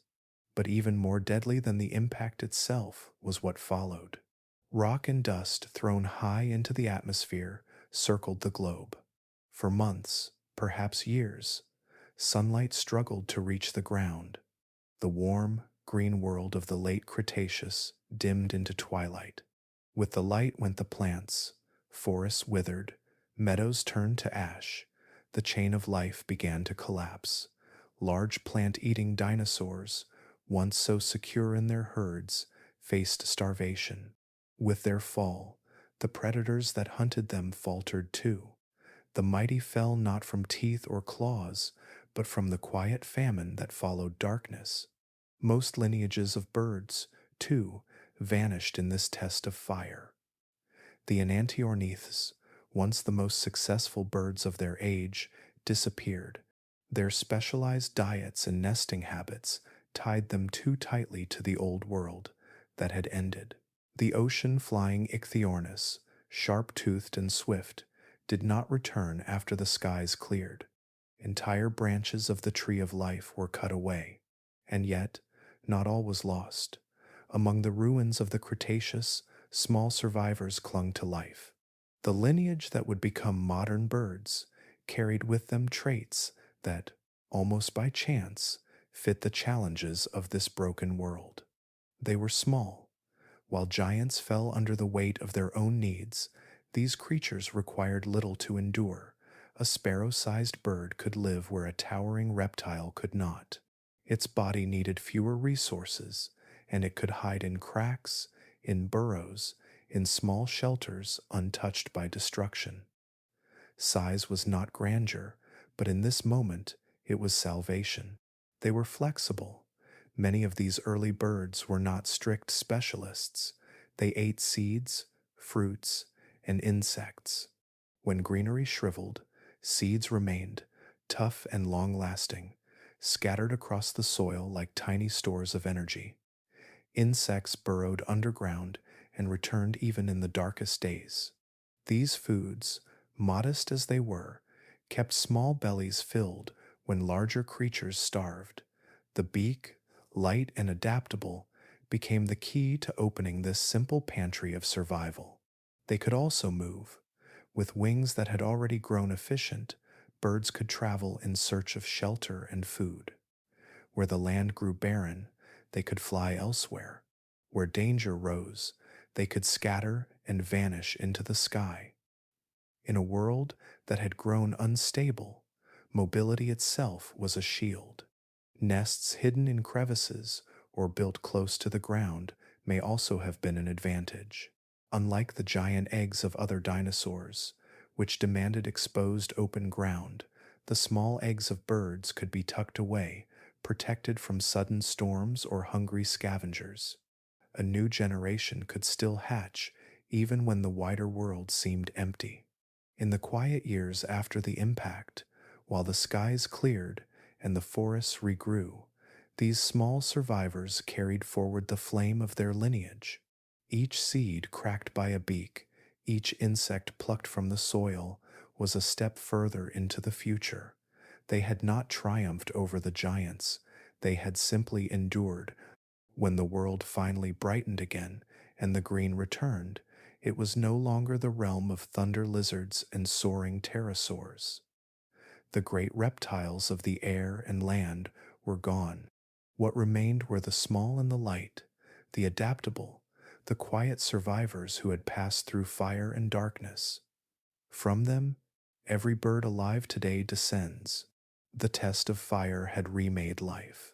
It had ended an empire, and in its ashes, it had opened the skies for those who had been waiting, small and patient, ready to rise. When the great asteroid struck Earth and the age of giants came to its end, the skies were among the first to fall quiet. For more than 150 million years, the air had been the realm of pterosaurs, the flying reptiles that had mastered nearly every corner of the open sky. They were the first vertebrates to conquer the air, spreading in forms both tiny and immense. Some were no larger than sparrows, flitting at dusk in search of insects. Others, like Quetzalcoatlus, stood taller than a giraffe and stretched wings wider than a small airplane, their silhouettes casting shadows across entire landscapes. For ages uncounted, they had risen at dawn, soared across oceans, and drifted on warm currents above plains and coasts. Then, almost at once, they were gone. The impact ended them, along with most of the great dinosaurs that walked the ground. Firestorms raged across forests, smoke darkened the skies, and when the fires cleared, famine followed. The ecosystems that had sustained the pterosaurs collapsed, and the air lost its longtime inhabitants. The sky, which had for so long been shaped by their wings, fell strangely empty. To picture what was lost, imagine the final days before the catastrophe. Along the shores of the late Cretaceous seas, pteranodons wheeled in slow arcs, diving for fish with long, toothless beaks. Smaller forms darted at twilight, their wing membranes whispering through the evening air. In the distance, Quetzalcoatlus unfolded its colossal wings, rising from the ground with labored grace, then gliding effortlessly over rivers and plains. These creatures were as much a part of the landscape as the forests and the mountains. Yet after the asteroid, their presence ended. No bones of theirs appear above that thin line of ash that marks the boundary between ages. Their dynasty was over. Birds had been there alongside them long before the disaster struck. They were smaller, quieter, and far less commanding than the pterosaurs. A bird in the Cretaceous was more likely to dart between trees or skim along riverbanks than to dominate the horizon. They were the minor players, their wings quick but narrow in reach, their shadows tiny beneath the vast gliders overhead. Yet when the pterosaurs vanished, these survivors remained. The silence of the skies must have been profound.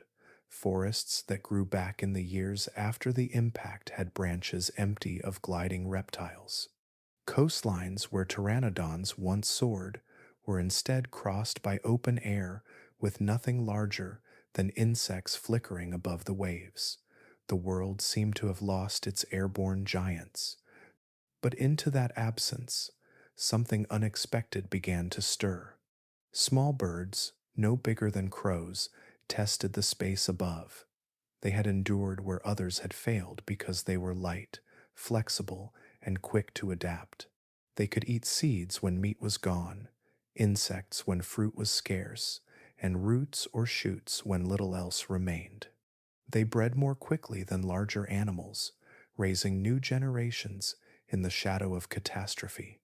Their bones were delicate, their wings narrow, yet they were alive. And in a world emptied of rivals, being alive was enough. With each wing beat, they entered a sky that no longer belonged to giants. There were no vast shadows sweeping overhead, no colossal membranes stretched against the sun. For the first time since the Triassic, the air was unclaimed by great flying reptiles, birds Fragile though they seemed, were poised to expand. They filled forests first, then spread to plains, rivers, and shores. Gradually, the air that had been dominated by one group of flyers opened to another. The fossil record captures this transition with haunting clarity. In the rocks below the line of impact, impressions of pterosaur wings remain, alongside bones of creatures that ruled the skies for eons. Above that line, their traces vanish. In their place, bird bones multiply, thin and hollow, but present in growing number. Vertebrae, beaks, and feathers mark the beginning of their rise. What the pterosaurs had left behind, the birds began to claim. It was not conquest in the ordinary sense.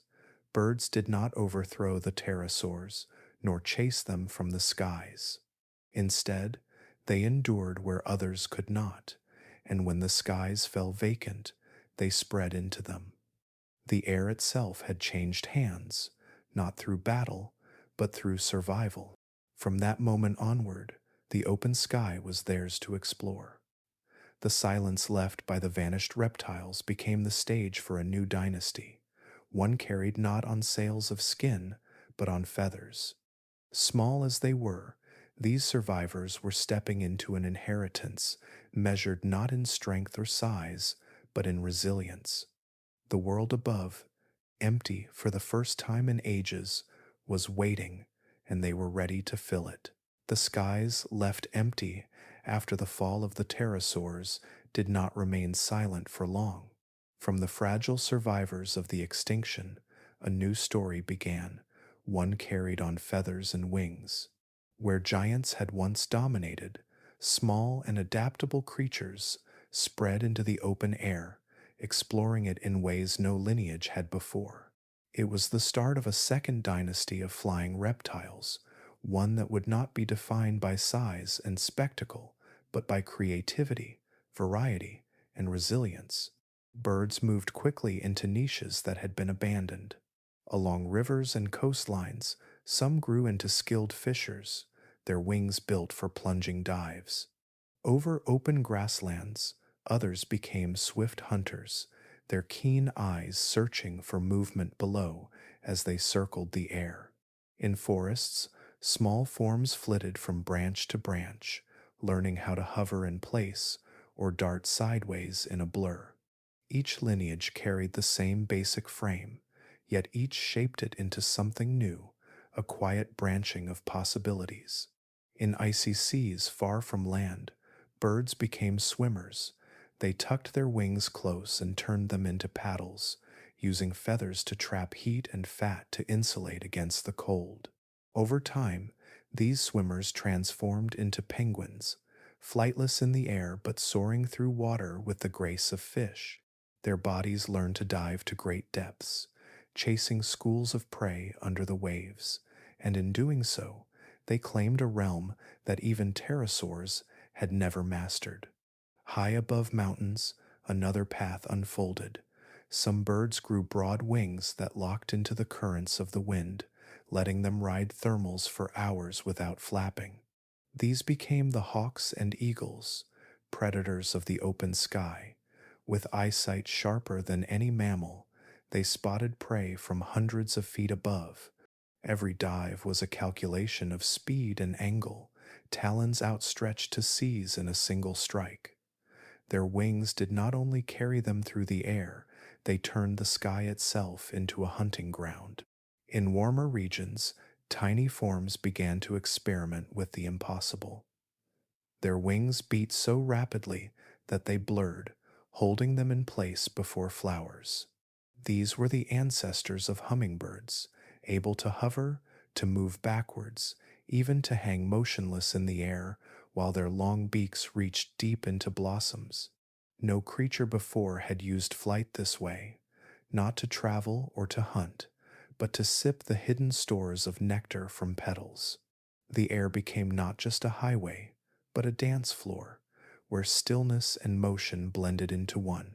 Not all birds remained tied to the air. Some, like the ostrich, grew too large to fly.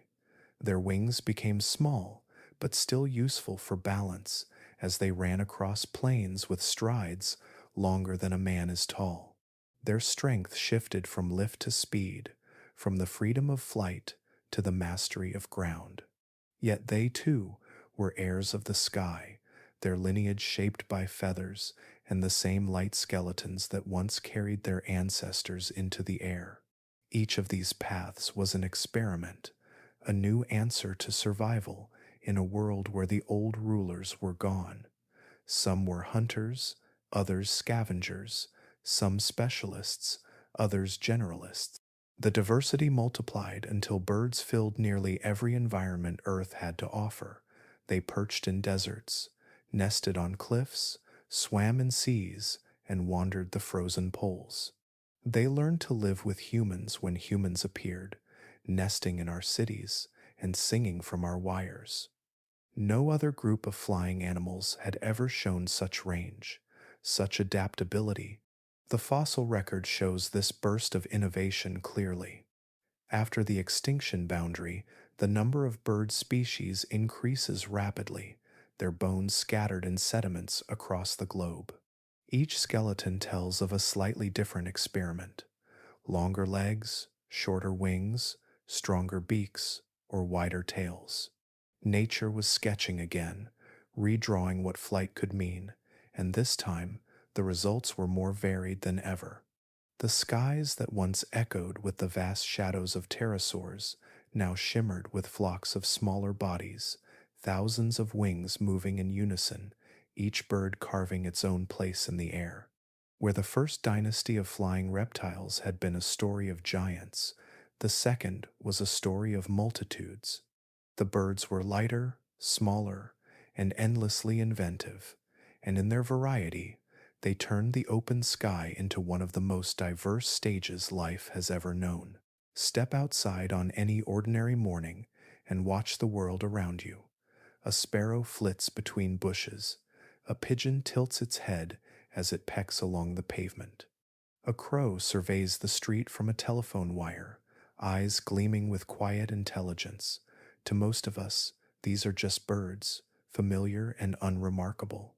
But science whispers something extraordinary. Every one of them is a dinosaur. This is not a trick of language. Birds are not simply descended from dinosaurs. They are dinosaurs. Their feathers, their hollow bones, the way they breathe, and the eggs they lay are all part of a legacy that stretches back to the age of giants. When we speak of the extinction of the dinosaurs, we are really only telling half the tale.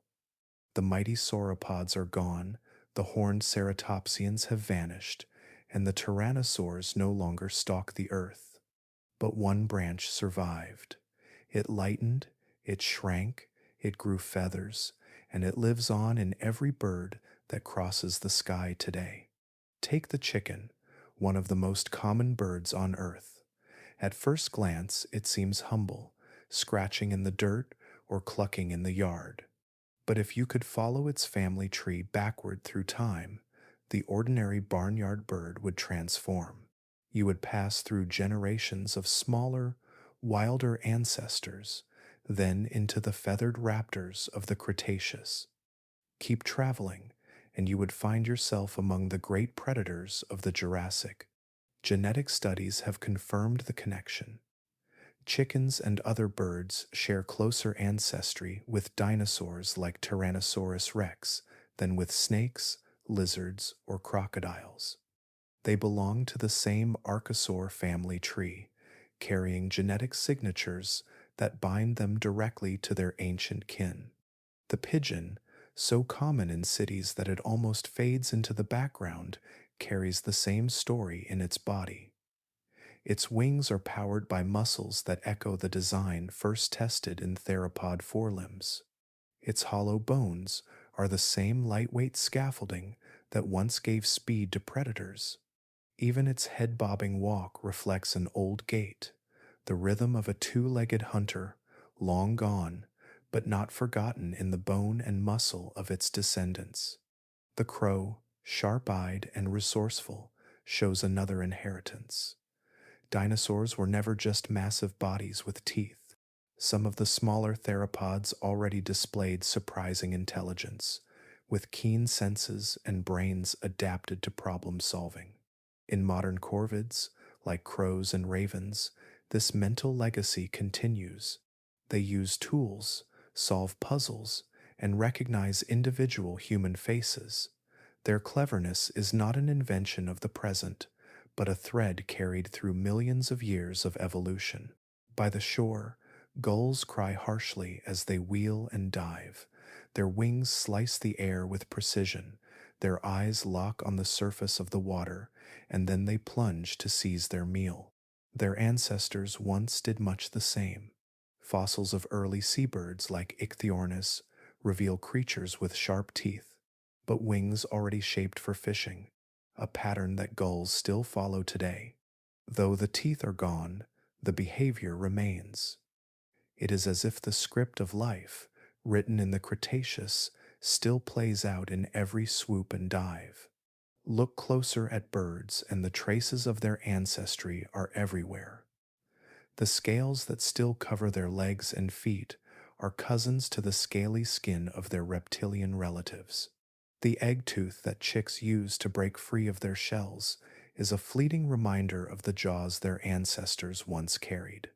Even the variety of their songs may echo the first calls that filled Jurassic forests, sounds that have evolved but never entirely disappeared. Dinosaurs are not confined to museums or stone. They are alive in every flock that darkens the sky as it turns in unison.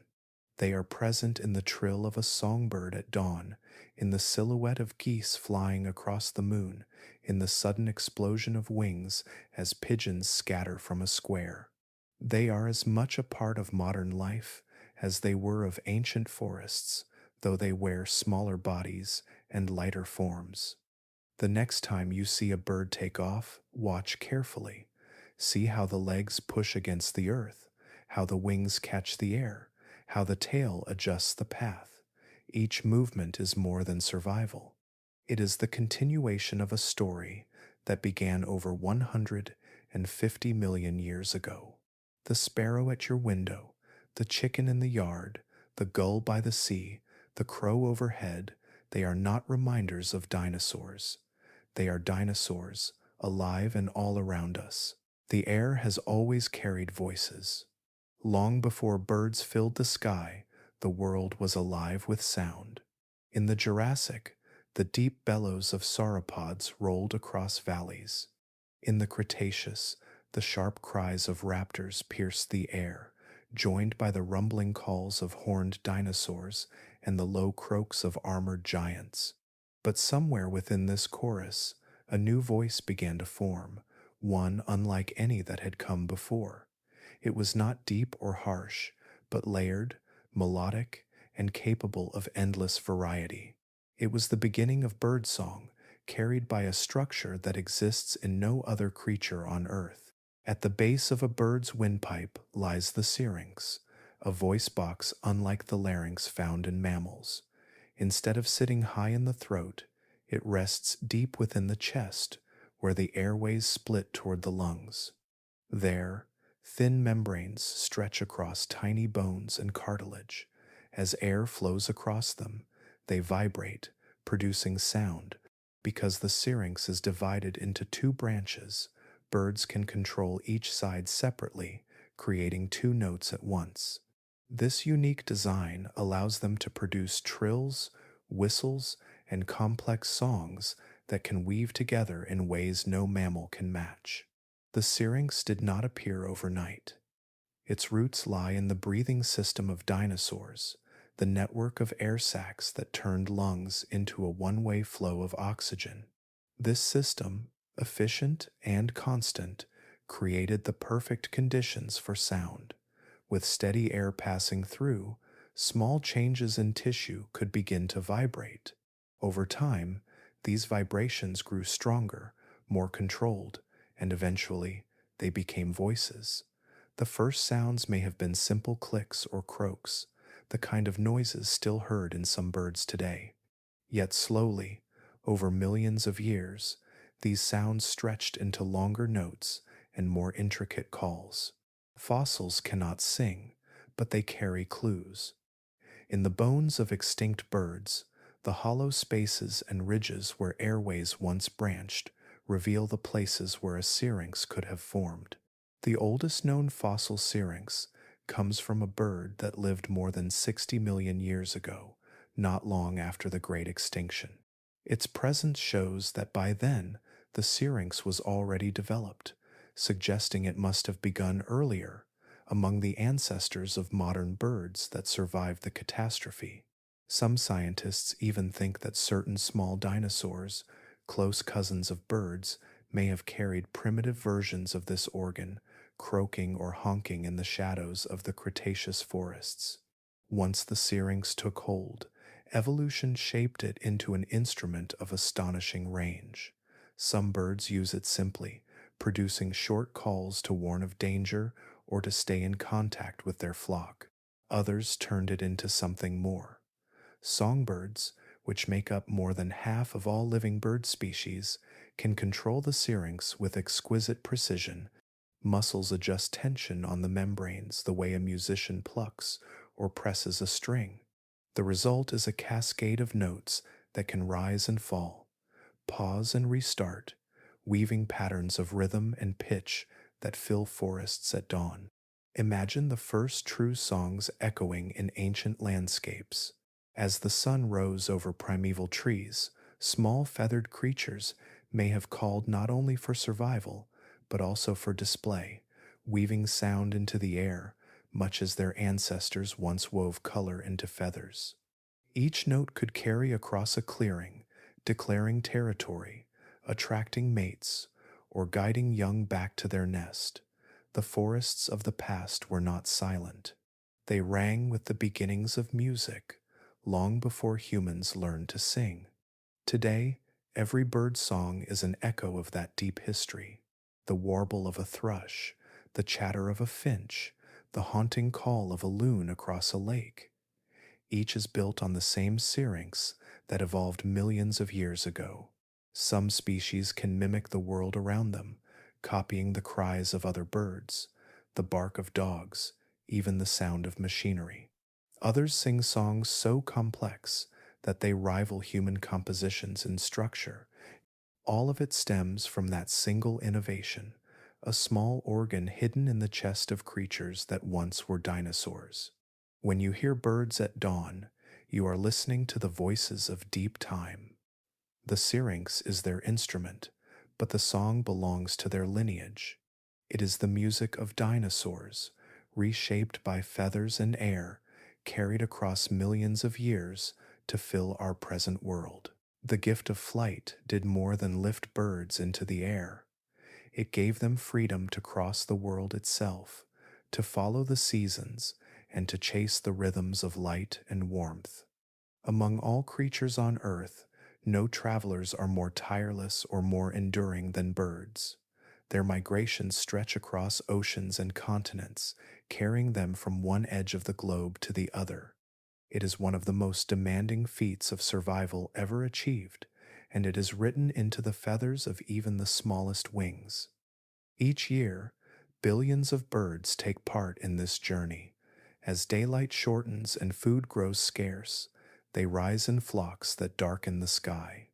Their paths are invisible highways, carved by instinct and memory. Some follow coastlines, others drift over seas, some trace the outlines of mountain ranges, and others fly straight across deserts where nothing grows. The scale of it is almost beyond comprehension, an endless movement of wings responding to the tilt of Earth.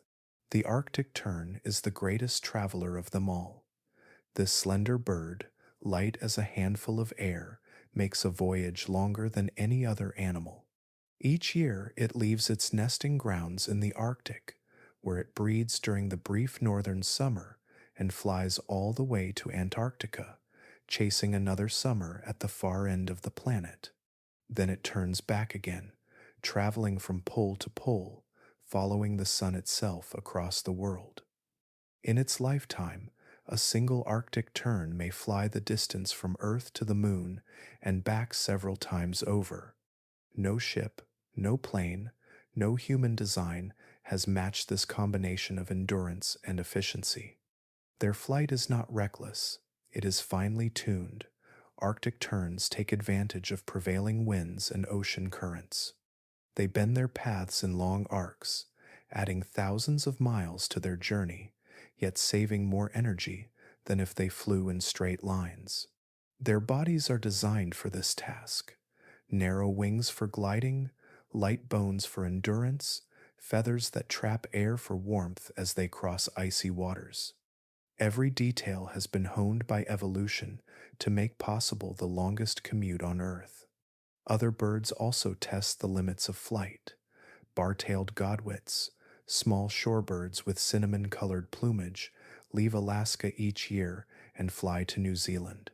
Their path takes them across the Pacific Ocean in a single stretch of more than 7,000 miles, with no pause, no island to rest upon, no chance to feed.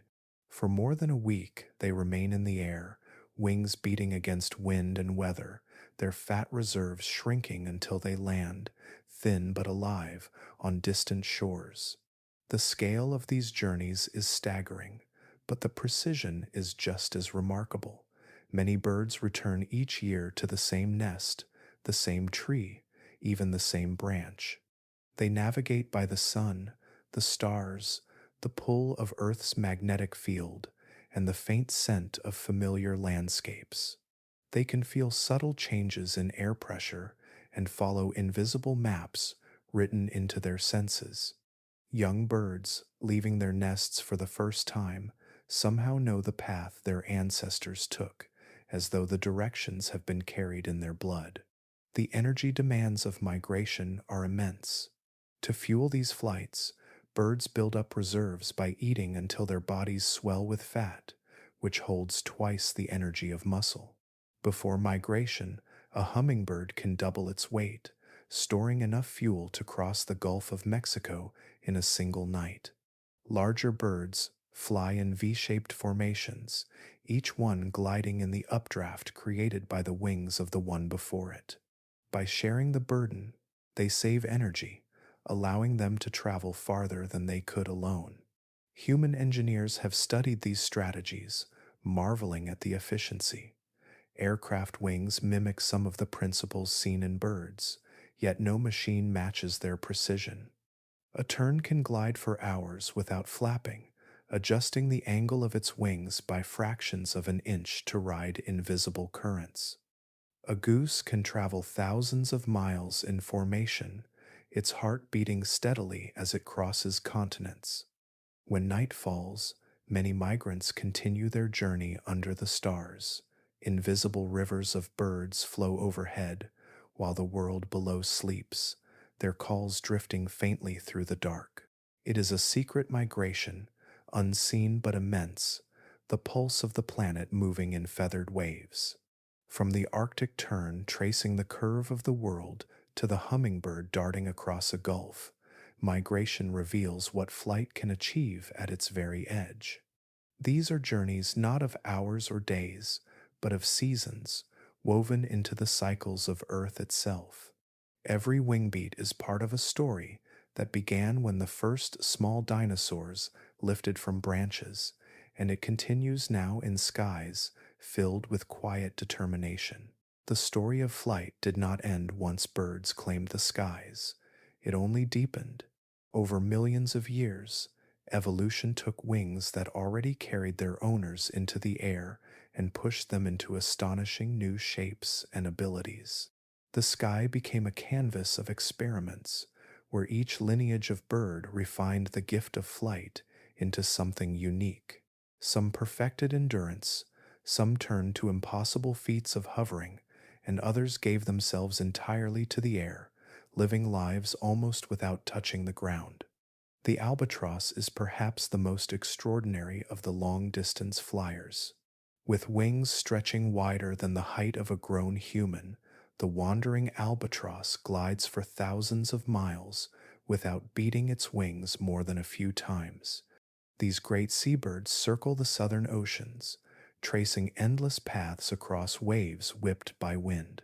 They use a skill called dynamic soaring, dipping low near the water to gain speed, then climbing into the wind to steal energy from the air itself. With this method, they can travel halfway around the globe, crossing seas so vast that no land interrupts them for weeks. An albatross may sleep while gliding, one eye closed, body rocking gently with the invisible currents. It is not speed they master, but endurance, a patience that matches the rhythm of the ocean itself. If the albatross is the master of distance, the hummingbird is the master of precision. These tiny creatures, weighing no more than a coin, beat their wings so quickly that they blur into a shimmer, often more than 50 times in a single second. Unlike most birds, they rotate their wings in a figure-8 pattern, generating lift on both the upstroke and the downstroke.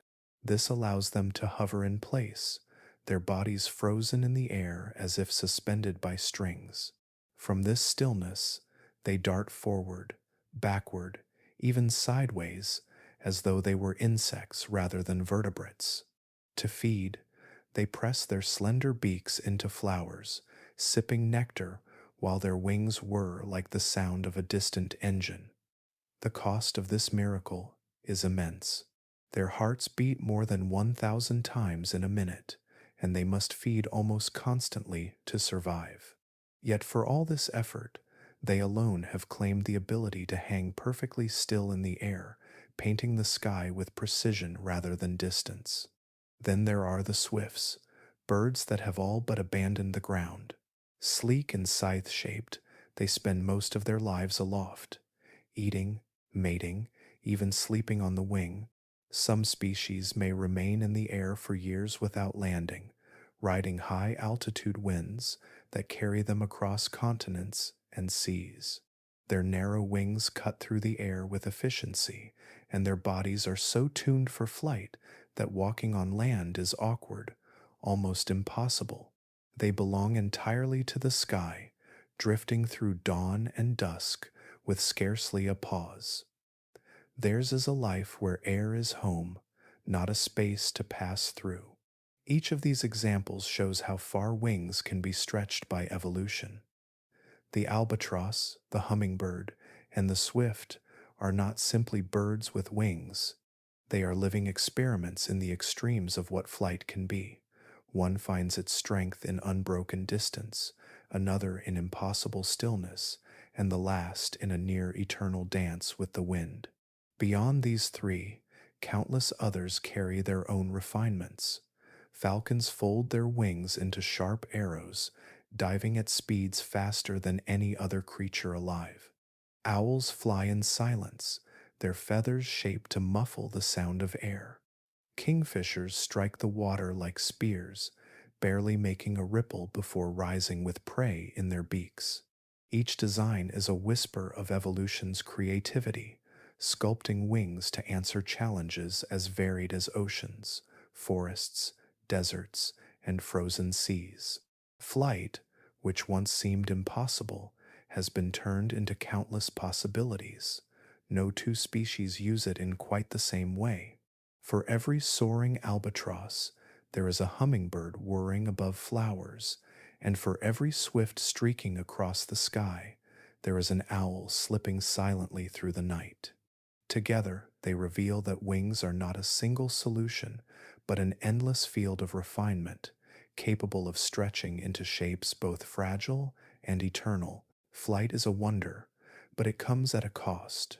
For every moment that a bird rises into the air, there is a hidden toll. To stay aloft is to burn through energy at a speed few other animals can imagine. Wings that beat hundreds of times a minute demand fuel, and bodies that must remain light cannot store much of it. A sparrow searching through hedges for seeds must eat nearly its own weight in food every single day, not for luxury, but for survival. If it fails, even for a short while, its strength fades and the sky is lost to it. The metabolism of flying creatures runs like a fire that never goes out. Hearts beat at astonishing speeds, pumping oxygen rich blood through their bodies to feed the muscles that drive wings. Small birds may have hearts that race faster than 1,000 beats in a single minute, and even larger ones, though slower, still run hotter than most mammals. Breathing is constant and deep, with air sacs circulating oxygen more efficiently than in any other living creature. This intensity gives them the gift of flight, but it also makes them fragile. A few hours without food, or a sudden change in weather that grounds them, can bring them to the edge of collapse. Lightness, too, is both a strength and a weakness. Hollow bones reduce weight, making it easier to rise, but they also make skeletons fragile. A fall or a strike from a predator can shatter wings that are delicate by design. Where other animals rely on heavy armor of bone or muscle, birds cannot. They carry no spare weight. Every gram is counted, every part of the body shaped for the air. To walk this fine line is to live in a body that is always efficient but never fully protected. This fragility extends to their nests. To fly, adults must be light, and to remain light, they cannot carry their young with them. Eggs must be laid in open spaces, in branches, cliffs, or hidden corners of the ground. From the moment a parent leaves to forage, the nest is at risk. A gust of wind, a prowling predator, or even another bird may spell the end of a clutch. Some species defend their young fiercely, diving and striking with wings and beaks, but many can only hope that concealment and luck will be enough.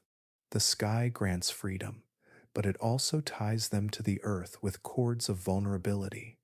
The energy demands of flight mean that migration, though wondrous, is also perilous.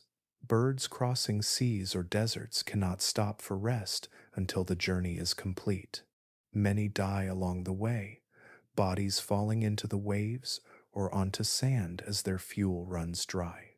Others arrive at their destination thin, exhausted, and barely alive, clinging to branches as they recover before the cycle begins again. Each success is balanced by failure, a reminder that even the most graceful migrations are paid for with a steep price. Some birds adapt by cutting corners where they can. Swifts, for example, may sleep while flying, shutting down half of their brain at a time as they continue to beat their wings. Penguins abandon the sky entirely, redirecting their wings to swim, exchanging the costs of flight for those of diving. But most remain in the air, where the margin for error is thin. The smallest chick missing its first insect, the adult sparrow caught in a sudden storm, the hawk that spends too long circling without prey, all face consequences that come faster and harder than for most animals bound to the ground. Predators, too, exploit these weaknesses. Raptors strike from above, singling out those too weak to rise quickly. Ground hunters raid nests where chicks cannot yet fly. Even humans, long after the age of dinosaurs, have taken advantage of this delicacy, hunting birds for food or sport, sometimes driving species to the edge of extinction. For creatures that mastered the sky, their hold on survival remains a precarious one, dependent on constant balance. To fly is to live at the edge of possibility, where every heartbeat and every feather is tuned to perfection. The reward is the sky itself, but the price is constant vigilance, fragile bodies, and a hunger that never truly ends. For most of our history, the sky was a forbidden world. People walked the earth, built their homes on solid ground, and looked up in wonder at the creatures who had cracked the code of flight. Birds glided above rivers and fields with ease, their wings cutting through the air in movements that seemed at once simple and impossible. To humans, bound to the soil, every beat of those wings was both a mystery and a dream. Long before machines or engines, there were sketches, and among the most famous belonged to Leonardo da Vinci. In the late 1500s, he studied the way birds folded and unfolded their wings, the way feathers overlapped, and the way air seemed to cradle them in upward currents. With careful strokes of his pen, he filled notebooks with designs that mimicked what he saw. His ornithopters were machines with wooden frames, meant to flap like giant wings, powered by human arms and legs. They were never built to soar as he imagined, but his drawings show a mind fascinated by the hidden laws of flight. He could not know the mathematics of lift or drag, but he sensed that the answer was written in the bodies of birds. Centuries passed, and still the dream lingered. In the late 1800s, two brothers from Ohio, Wilbur and Orville Wright, turned their attention to the sky. They watched birds carefully, studying the way they shifted their wings to balance in the wind. Crows and hawks tilted their feathers to catch air, correcting their path with the smallest of motions. The brothers noticed that stability in the air was not about brute strength, but about subtle control. From this came their idea of wing warping, a method of twisting airplane wings to steer, inspired directly by the living mechanics of birds. On a December morning in 1903, at a sandy stretch of land in Kitty Hawk, North Carolina, the Wright brothers finally lifted from the ground. Their plane did not climb high, and it did not stay up for long, but it was enough. The dream that had haunted humans for thousands of years had left the page and taken form in wood, cloth, and wire.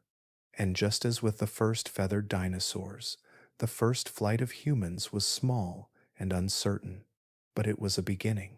Modern flight would grow quickly from there, and with every step, engineers kept turning back to the natural world for guidance. Bird wings taper at the tips, reducing the drag of air that swirls around them. Airplane designers borrowed this principle, giving their machines narrower tips or curved winglets to save fuel and travel farther. The hollow bones of birds hinted at the power of lightness, so planes were made from aluminum and composite materials, strong yet thin. Even the way birds hold their wings in a slight curve, an airfoil that creates lift, became the very blueprint for aviation. In the years that followed, the dream expanded far beyond what Da Vinci could have imagined. Planes grew large enough to carry hundreds of people across oceans, yet at their heart, they still mirrored the same secrets, first written in feather and bone. Engines roared louder than any bird could ever beat its wings, but the shapes that cut through the air traced the same lines. Even the smallest details of feathers, tiny barbs that interlocked to create smooth surfaces, inspired designs for wing flaps and control systems. Birds remain the masters of efficiency. A tern flying across the world, or an albatross soaring on ocean winds without flapping for hours, still outmatches the finest human aircraft in grace and fuel use. Engineers continue to look at these creatures as living blueprints, reminders that evolution solved problems long before science gave them names. In laboratories, robotic birds are built to test gliding and hovering.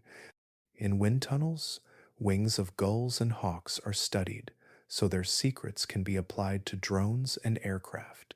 What began as sketches in Da Vinci's notebooks, and later as the careful watching of sparrows by the Wright brothers, has grown into a world where humans cross continents and oceans through the air. Yet in every flight, no matter how advanced, there lingers a quiet echo of the first creatures who opened the sky. The story of how dinosaurs took to the air feels vast, yet even with all that has been uncovered, much remains untold. Fossils are not complete chapters.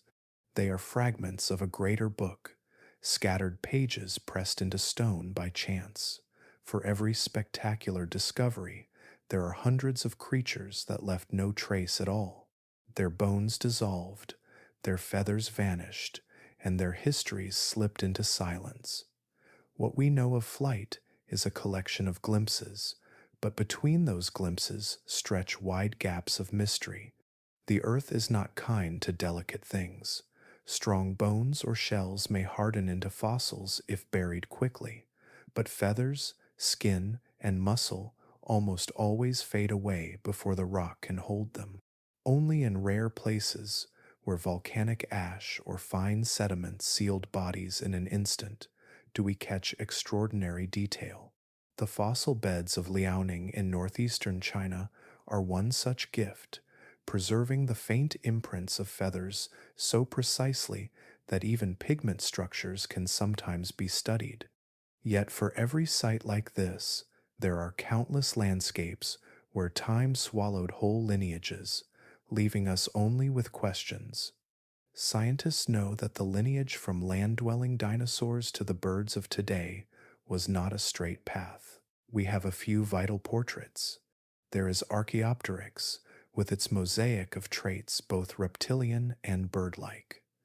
There are later early birds with shortened tails and more refined wings. But between these milestones lie stretches of evolutionary time that remain blank.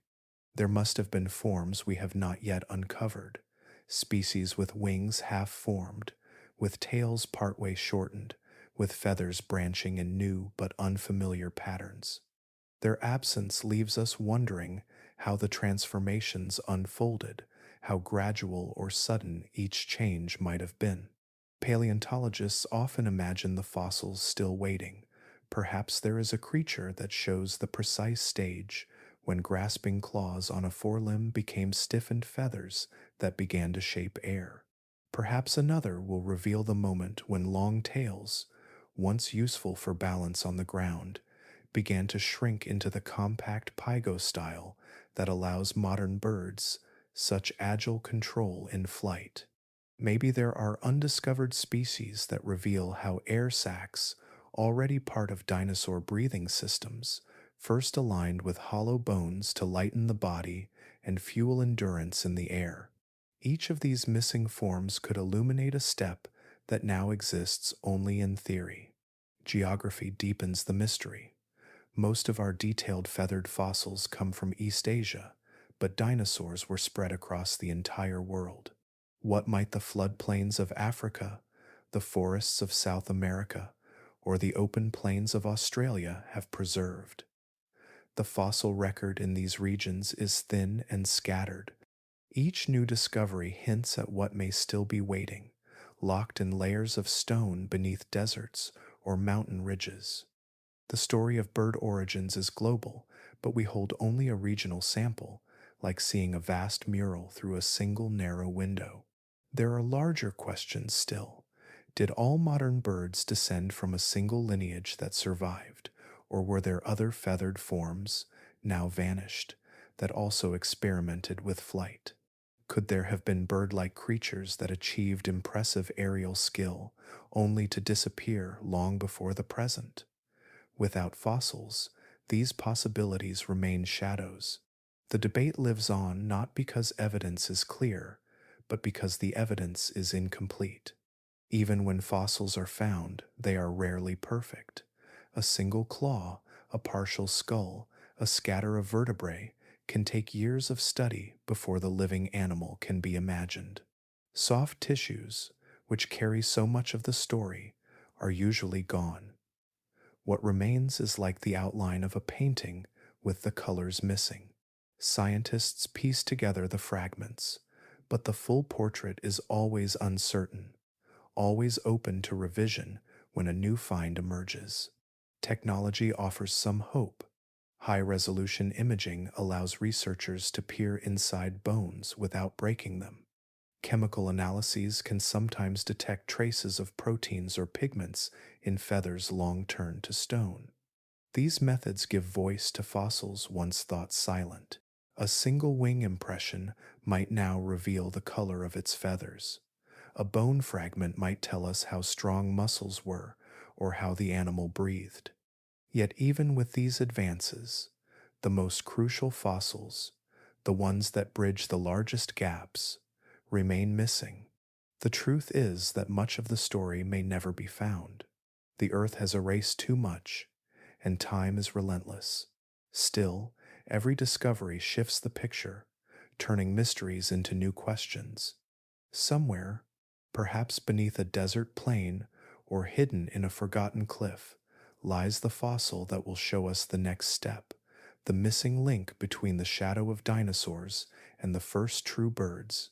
Until then, the story of flight remains unfinished, a puzzle with pieces both known and forever lost.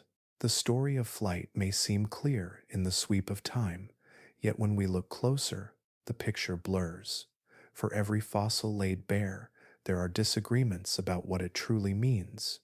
Scientists are united in wonder at the fact that dinosaurs became birds, but the pathway remains tangled, and the debates are part of what makes the story alive. One of the longest running questions is simple to ask but hard to answer. Did flight begin in the trees or on the ground? The first idea imagines small feathered dinosaurs climbing into branches, leaping from tree to tree, and slowly mastering the glide. Their feathers, at first used for warmth or display, would have caught the air, letting them float a little farther, steer a little better.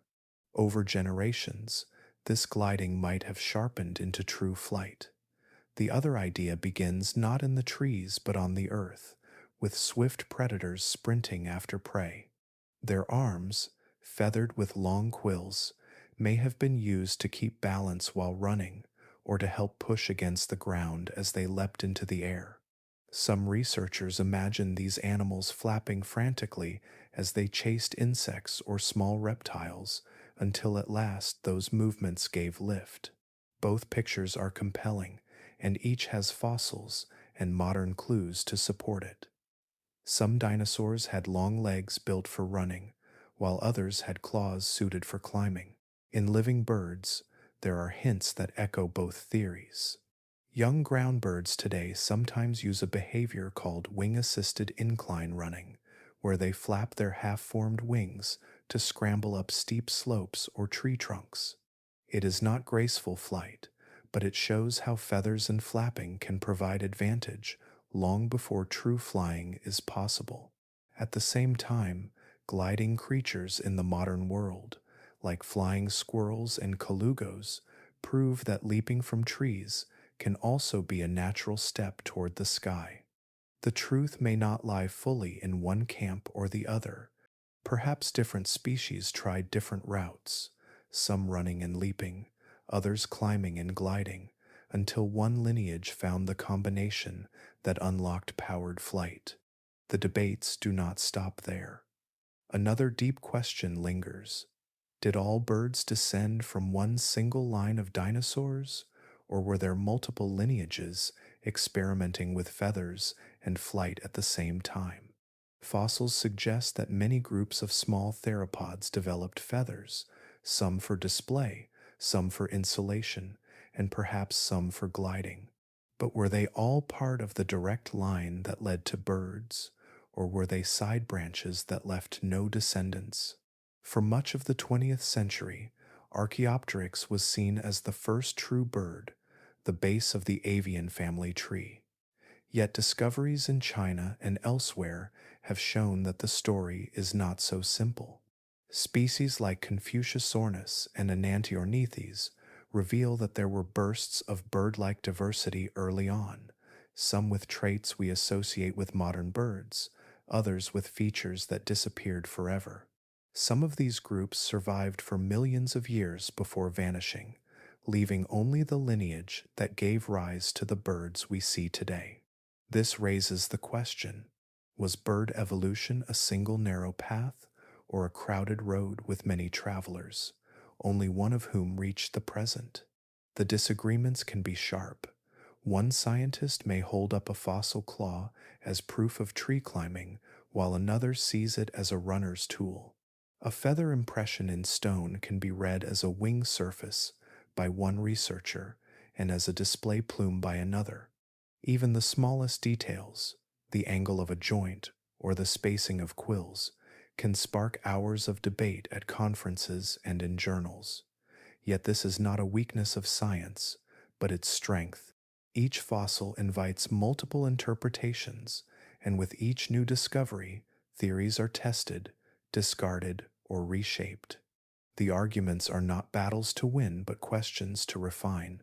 These controversies remind us that evolution is not a straight line. It is an experiment written over millions of years, with countless trials and failures. Some paths ended in silence, others carried on, and a few led to the sky. The disagreements among scientists echo that complexity. Just as nature tried many ways before one succeeded, researchers must try many explanations before the story becomes clearer. And so the tale of flight remains partly unfinished. Each fossil is a voice from the past, but it speaks in fragments, and interpretation fills the gaps. Some say the first birds flapped up from the ground, others say they glided down from the trees. Some argue for a single origin, others for a web of experiments. The only certainty is that the journey was not simple, and that its full telling still waits in the rocks yet to be uncovered. If you look at a sparrow perched on a wire, and then at a crocodile slipping quietly into a river, they seem to belong to two very different worlds. One is small, delicate, and covered in feathers. The other is heavy-bodied, armored in scales, and glides through the water with patient power. Yet in the tree of life, these two creatures are cousins.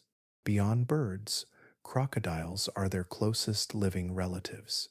Together, they are the last heirs of a much older dynasty, the Archosaurs, the ruling reptiles of the Triassic Age. Archosaurs were a group of reptiles that rose after the devastation of the Great Dying more than 200 million years ago.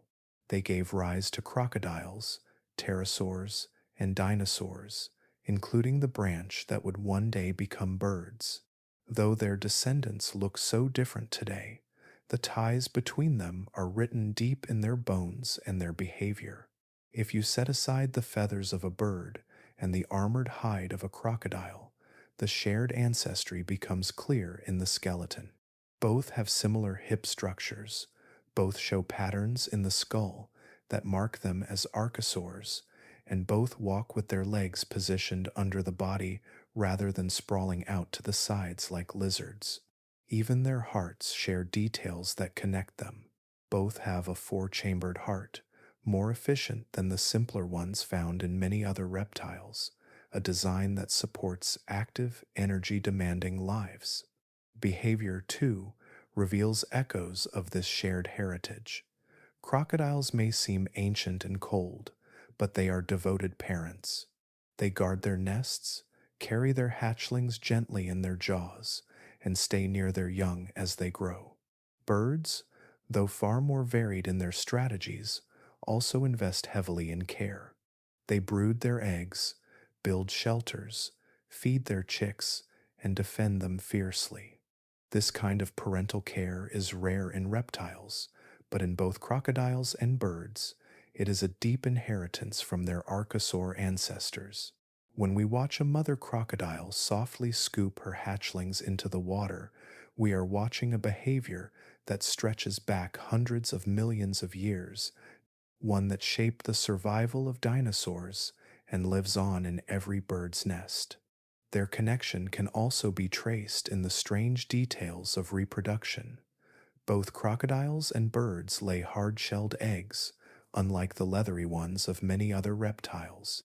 The structure of these eggs, with calcium-rich shells and layered membranes, speaks to their common origin. Inside the eggs, the developing embryos grow in ways that reveal their shared blueprint. Even the way their lungs move air shows echoes of that long-ago connection. Crocodiles push air through their lungs in a flow-through system, not simply in and out, much like birds do. This efficient breathing may have first evolved in their archosaur ancestors, giving them the stamina to thrive in the heat and chaos of the Triassic world. For a long time, people thought of crocodiles as unchanged relics, survivors frozen in time. But their history is as dynamic as that of birds. Ancient relatives of crocodiles once walked on land with long legs and sprinted like hunters. Others grew enormous, prowling as predators that rivaled dinosaurs. Today's crocodiles are the last of their line, shaped for water and ambush, but carrying within them the traces of a much broader past. Their endurance, like that of birds, is a testament to flexibility hidden beneath an ancient form. When we step back, it is striking to realize that the legacy of dinosaurs is not singular. Birds are their most visible descendants, scattered across every continent, filling skies and forests with movement and song. But crocodiles remind us that another branch of the archosaur family still endures, slow and silent, clinging to rivers and swamps. These two survivors show different strategies, yet both trace back to the same ancient stock. One conquered the air, the other the water, each holding on to traits that once defined the rulers of the Mesozoic.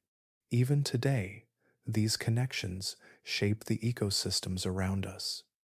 Birds and crocodiles, though so different, often share the same landscapes. In wetlands, herons stalk the shallows while crocodiles rest in the reeds. Along tropical rivers, kingfishers dive for prey above jaws that lurk beneath the surface. Their relationship is not only genetic but ecological, intertwined in the daily dramas of predator and prey, watcher and watched. They are living reminders that deep time still flows through the world, linking the present to a past when their ancestors ruled side by side. To see a gull wheeling above a crocodile-haunted river is to glimpse two surviving threads of an ancient story. Both carry the mark of the archosaurs, a dynasty that began before the first dinosaurs ever walked the earth. Birds took the skies, crocodiles stayed with the waters, and together they remind us that evolution's legacy is not just about endings, but about endurance in many forms. When we look at the rise of birds from their dinosaur ancestors, the story seems grand and sweeping, as if it were a single dramatic leap. But the truth is quieter. The journey was not one great change, but countless small ones, spread across millions of years. Each adjustment, each tiny shift, paved the way for something greater. A claw shortened just a little, a feather grew a little longer, a bone hollowed out, making the body a little lighter. None of these alone could open the skies, yet together, over time, they built the architecture of flight. It is a reminder that revolutions in nature often arrive not as explosions, but as whispers layered one upon another, until the whole world is transformed. Adaptability was the thread that ran through it all. Dinosaurs were not fated to become birds. Many tried and failed, their experiments ending in silence. But some lineages survived because they were willing to shift. They grew smaller when the world around them grew harsher. They explored new foods, from insects to seeds, when old prey vanished. They climbed trees when predators prowled the ground. They stretched membranes of feathers into tools for running, for gliding, for leaping, and eventually for flying.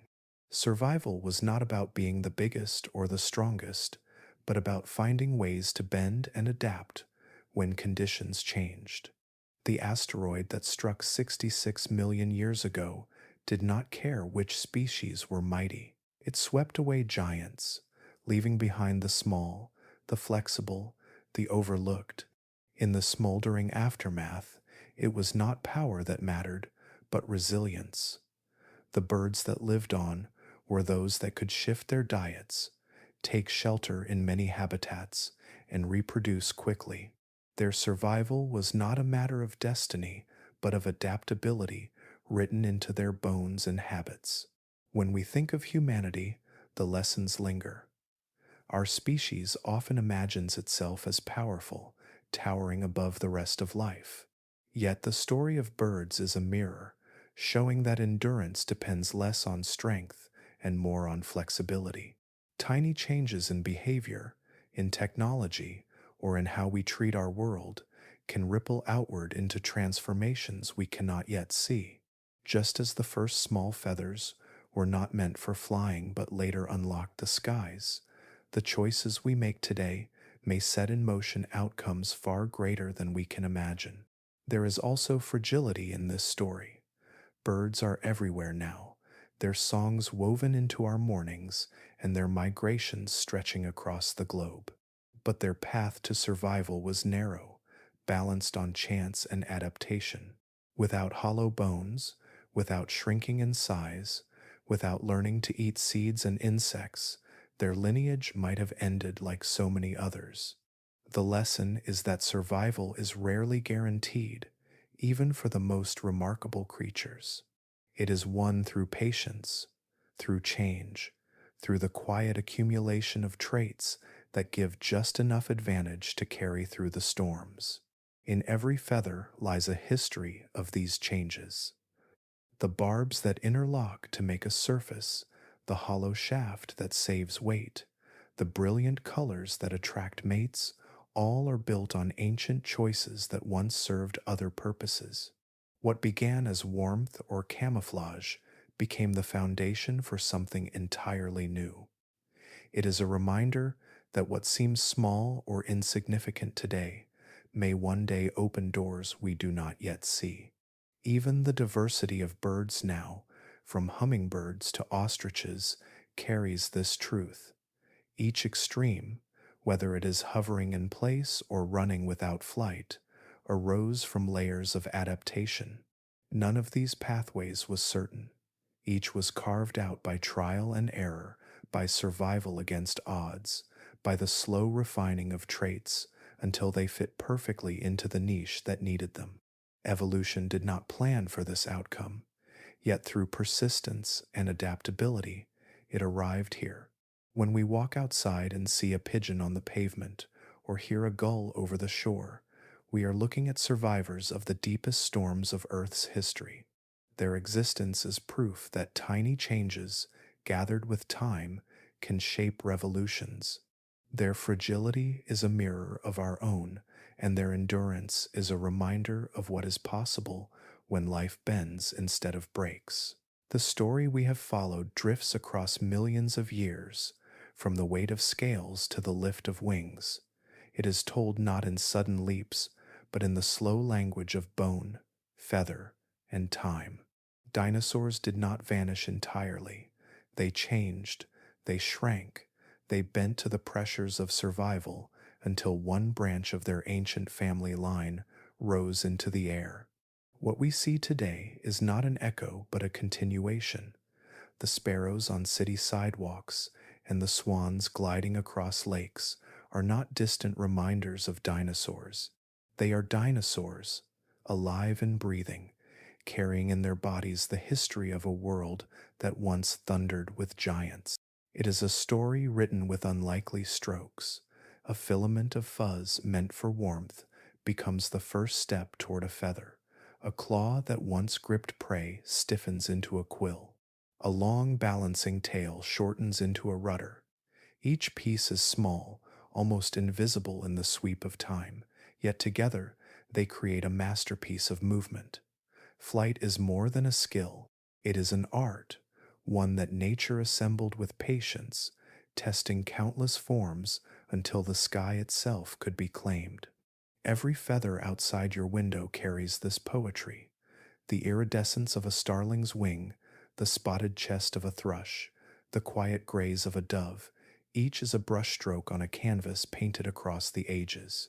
Beneath the beauty lies engineering honed by survival, hollow bones that trade strength for lightness, muscles tethered to keeled sternums, air sacs that turn lungs into bellows.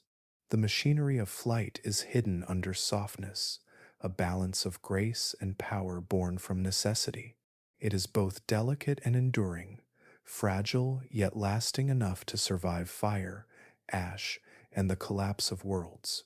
In the quiet hours, when the streets are still and a single bird calls into the night, it is easy to forget the depth of that call. Yet within it are threads that reach back to forests alive with feathered hunters, to plains thundered by sauropods, to skies once ruled by pterosaurs. The sound of a robin or a crow is not only song but lineage, a survival written in voice as much as in bone. Each note is a claim that life continued, that through disaster and extinction, some lineages found a way to carry forward. The resilience of birds is not just survival in the shadow of catastrophe, it is expansion, reinvention, and endless variation.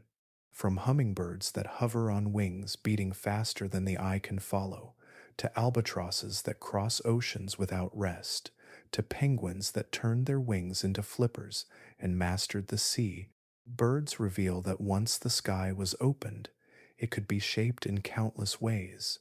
They show how adaptability creates not only endurance but abundance, how one lineage can scatter into 10,000 forms, each fitting its own niche. And yet, despite the variety, they all share the same story. The feathers of a sparrow are kin to the feathers of a hawk. The beak of a gull is shaped by the same forces that turn teeth into keratin blades. The hollow bones of a wren carry the same secret that once gave a raptor speed. Every bird we see is part of one continuous thread, stitched through time, binding the present to the deep past. To walk outside and hear the flutter of wings is to stand close to that history. The pigeons that scatter at your steps, the crows that gather on rooftops, the gulls that cry over waves, they are not strangers to the dinosaurs. They are the dinosaurs, the last of them, not reduced but transformed. The empire of giants ended, but another dynasty began, one that has lasted to this day. So the story is not only science, it is poetry written in every bone and feather, a tale of endings that were not truly ends, of survival disguised as change. The dinosaurs are not gone. They perch on branches, they dive into oceans, they migrate across the globe in lines that stretch farther than the eye can follow. They are around us, woven into our daily lives, often unnoticed, yet never absent. When the evening grows quiet and you hear wings beating in the dark, let it be a reminder that sound, soft but steady, is not only the flight of a bird, it is the heartbeat of the last dinosaurs, carrying forward a story that began with scales and ended with wings.